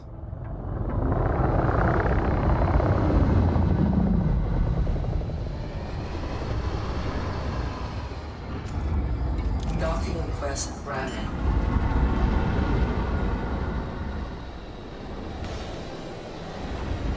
We got another little thing near here that I do want to claim before someone else does. Docking successful. Engines disengaged.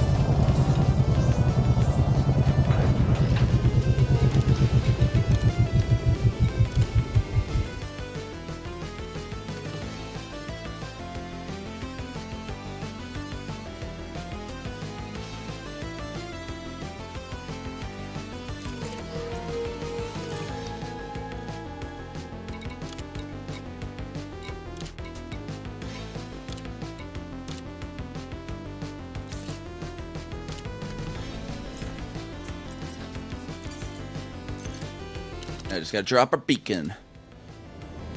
Oh, we can have this around this area too. And I can finally have a system of this type. Which we'll be able to see when we get there. Ship released. Engines engaged. Flight assist off. Flight assist off.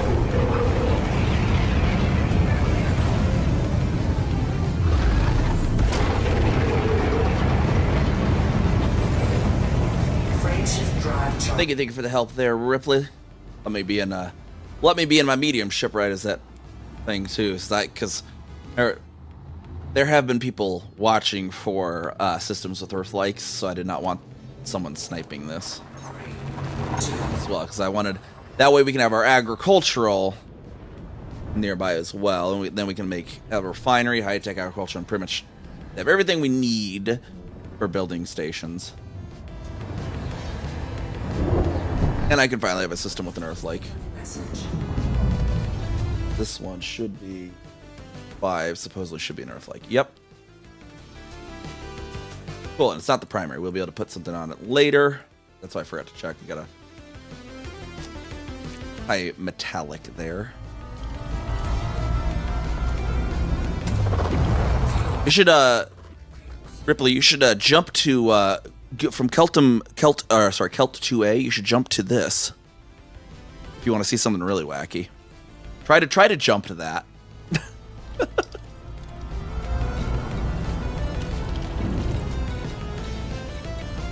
Where's my deployment site? There it is.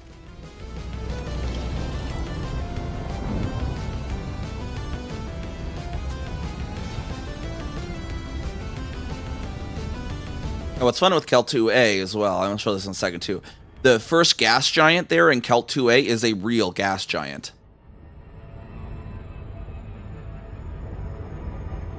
Like, that one is not a procedurally generated, just random one. That is an actual real planet that has been confirmed.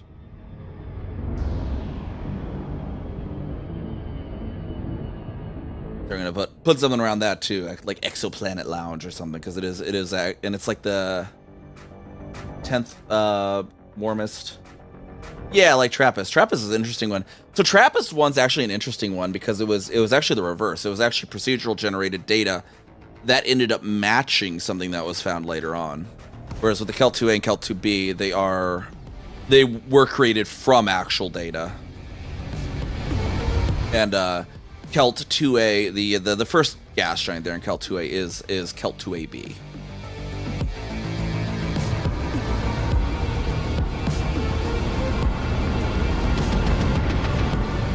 Nope. Oh, I flew past the thing.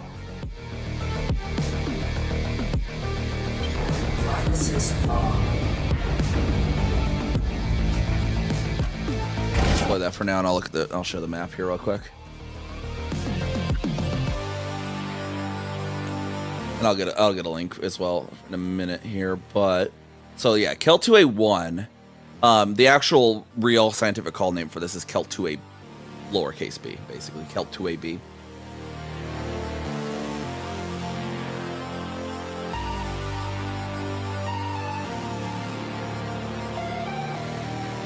There's a link I have for it.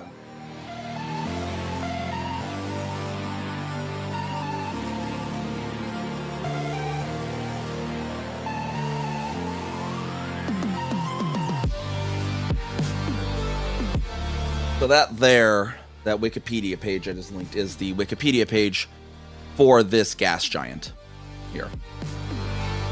And then it'll also link to the Sinbad page for it and all that. It doesn't have a Sinbad link this one. That's interesting. But yeah. Because Kelt, the Kelt catalog, it's a Kepler exoplanet something. Is a catalog meant for looking for exoplanets. Any system that starts with Kelt dash has a real exoplanet in it. And this one was the first one that was kind of close enough for colonization. But there's also Kelt 9 is in the game. I think Kelt 1 might be. They're a little further up. Let's see, Kelt. Yeah, Kelt 3 and 6 are also in the game. But let me click on it. So it's up high, as you can kind of see. It's 410 straight above us. And Kelt 6 is like 700 right above us. So they're not really as reachable with colonization yet, but they also have real exoplanets. And there's ones of those all over the place.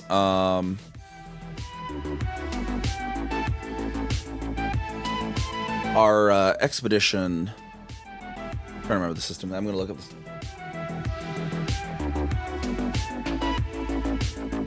Our CA7, our first leg, the first waypoint of the first leg, was the first ever discovered exoplanet around a main sequence star. Which was 51 Pegasi.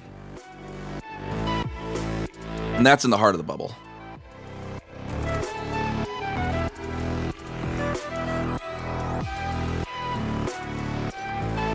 So 51 Pegasi here, this is the first ever exoplanet that was discovered particularly around a main sequence star. And that's qualifier because it's not the first exoplanet. First ever discovered exoplanets were around a neutron star called Lich. It's not in the game as Lich, so I need to look up its call sign real quick.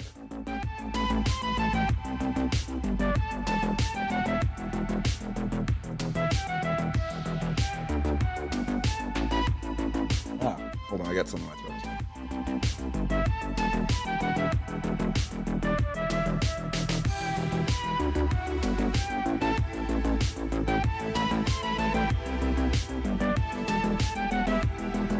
And this is a link to Lich in the Sinbad catalog, and it's in game under its PSRJ.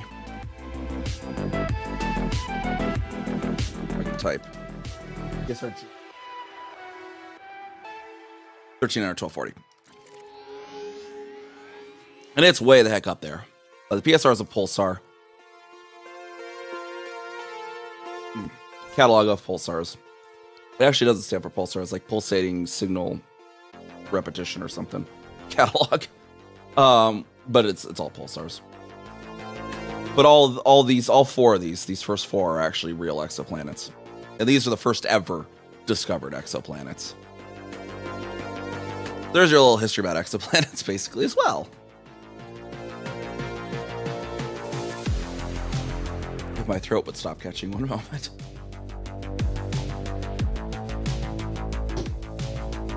Got that little thing that's trying to make us cough. But yeah, and the peculiarity that we mentioned a little bit earlier in stream 2 with Kelt 2A and Kelt 2B. As you notice, Kelt 2A and Kelt 2B are exactly on top of each other. And that's because Kelt 2 is actually a binary system in real life. It's supposed to be a binary system. The Stellar Forge, when it grabbed the data, misread it as being two different star systems when it's a binary pair. So the star in Kelt that is Kelt 2B should actually just be in the same system, basically. But the Stellar Forge had a little whoopsie and separated them, but then put them at the exact same coordinates. Is what that is. And there's another few instances of that. There's actually a pair of pulsars out near Colonia that had the same thing happen to them.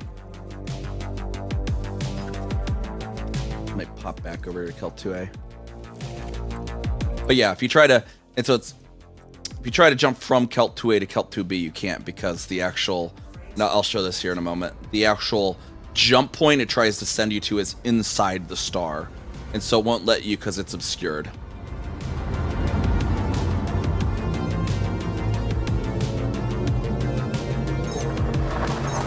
So that was like one of the few reasons, because I wanted this system, because our home system is Keltim, and if Kelt 2 doesn't sound like the sci-fi-est way to say New Keltim ever, like, I don't know what does. Real exoplanet, real system, and then just this bug, this rare bug, is like, I need this system in my life.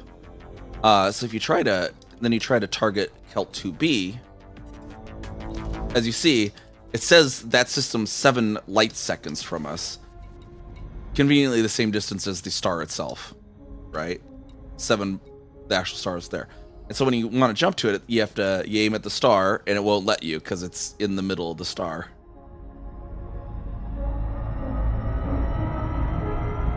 I don't even know where the actual waypoint here is. There we are. What you see as you keep going around the star, it keeps being in the middle of the star. Ever so slightly off center, because technically it is at the gravitational center of the system. But being that this is the only star, all the other planets don't affect the gravitational center enough to make it outside the star. As you kind of see as you're going around, it's slightly off center because of that. Because the pulsars that are near Colonia don't have that same one, because one of their systems actually is still a binary in the game, and so the actual aim point's just kind of in the middle of the two.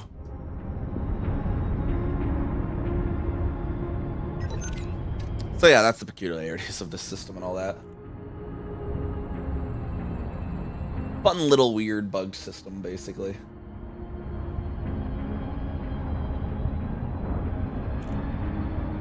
But in any case, I need to see who is around here still.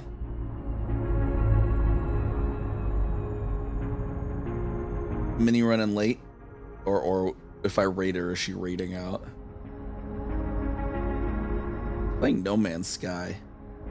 How dare she? No.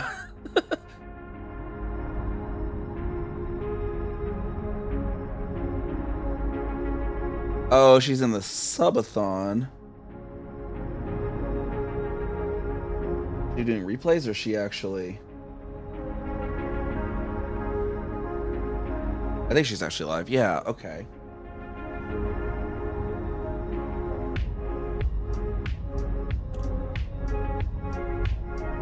Yeah, interesting. Okay. Let us pop over there into our wrap-up screen real quick. Get our raid messages there. Let me pop out of here so I can have everything opened on up.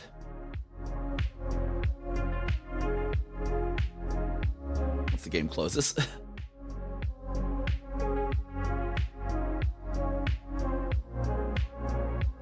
Maybe. It's doing that darn black screen thing, isn't it? Refusing to close. On execute, just whatever, in task. Get these copied there. Let me pop her up in my browser.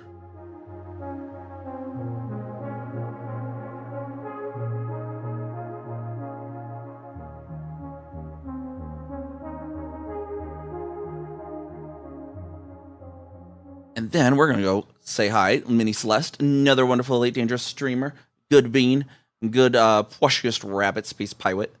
I think it's her branding, basically. Pwushkiest space pirate. And they seem to be playing some No Man's Sky, another different space game. I haven't really played around with it. A little more fantastical for me, but it seems like a good game. So we're going to go check that out, give them some of our Storm Chaser crew love, and they're in a subathon, so definitely support them if you have the chance. They're another wonderful streamer. They are hitting their 7th year anniversary, if I remember correctly. And yeah, and then we'll be streaming tomorrow as well, seeing what we were going to stream, maybe Baldur's Gate 3, because I had to cancel the stream yesterday. So we'll probably do some Baldur's Gate 3 tomorrow. And otherwise, everyone, I'll see y'all next time. Bye-bye.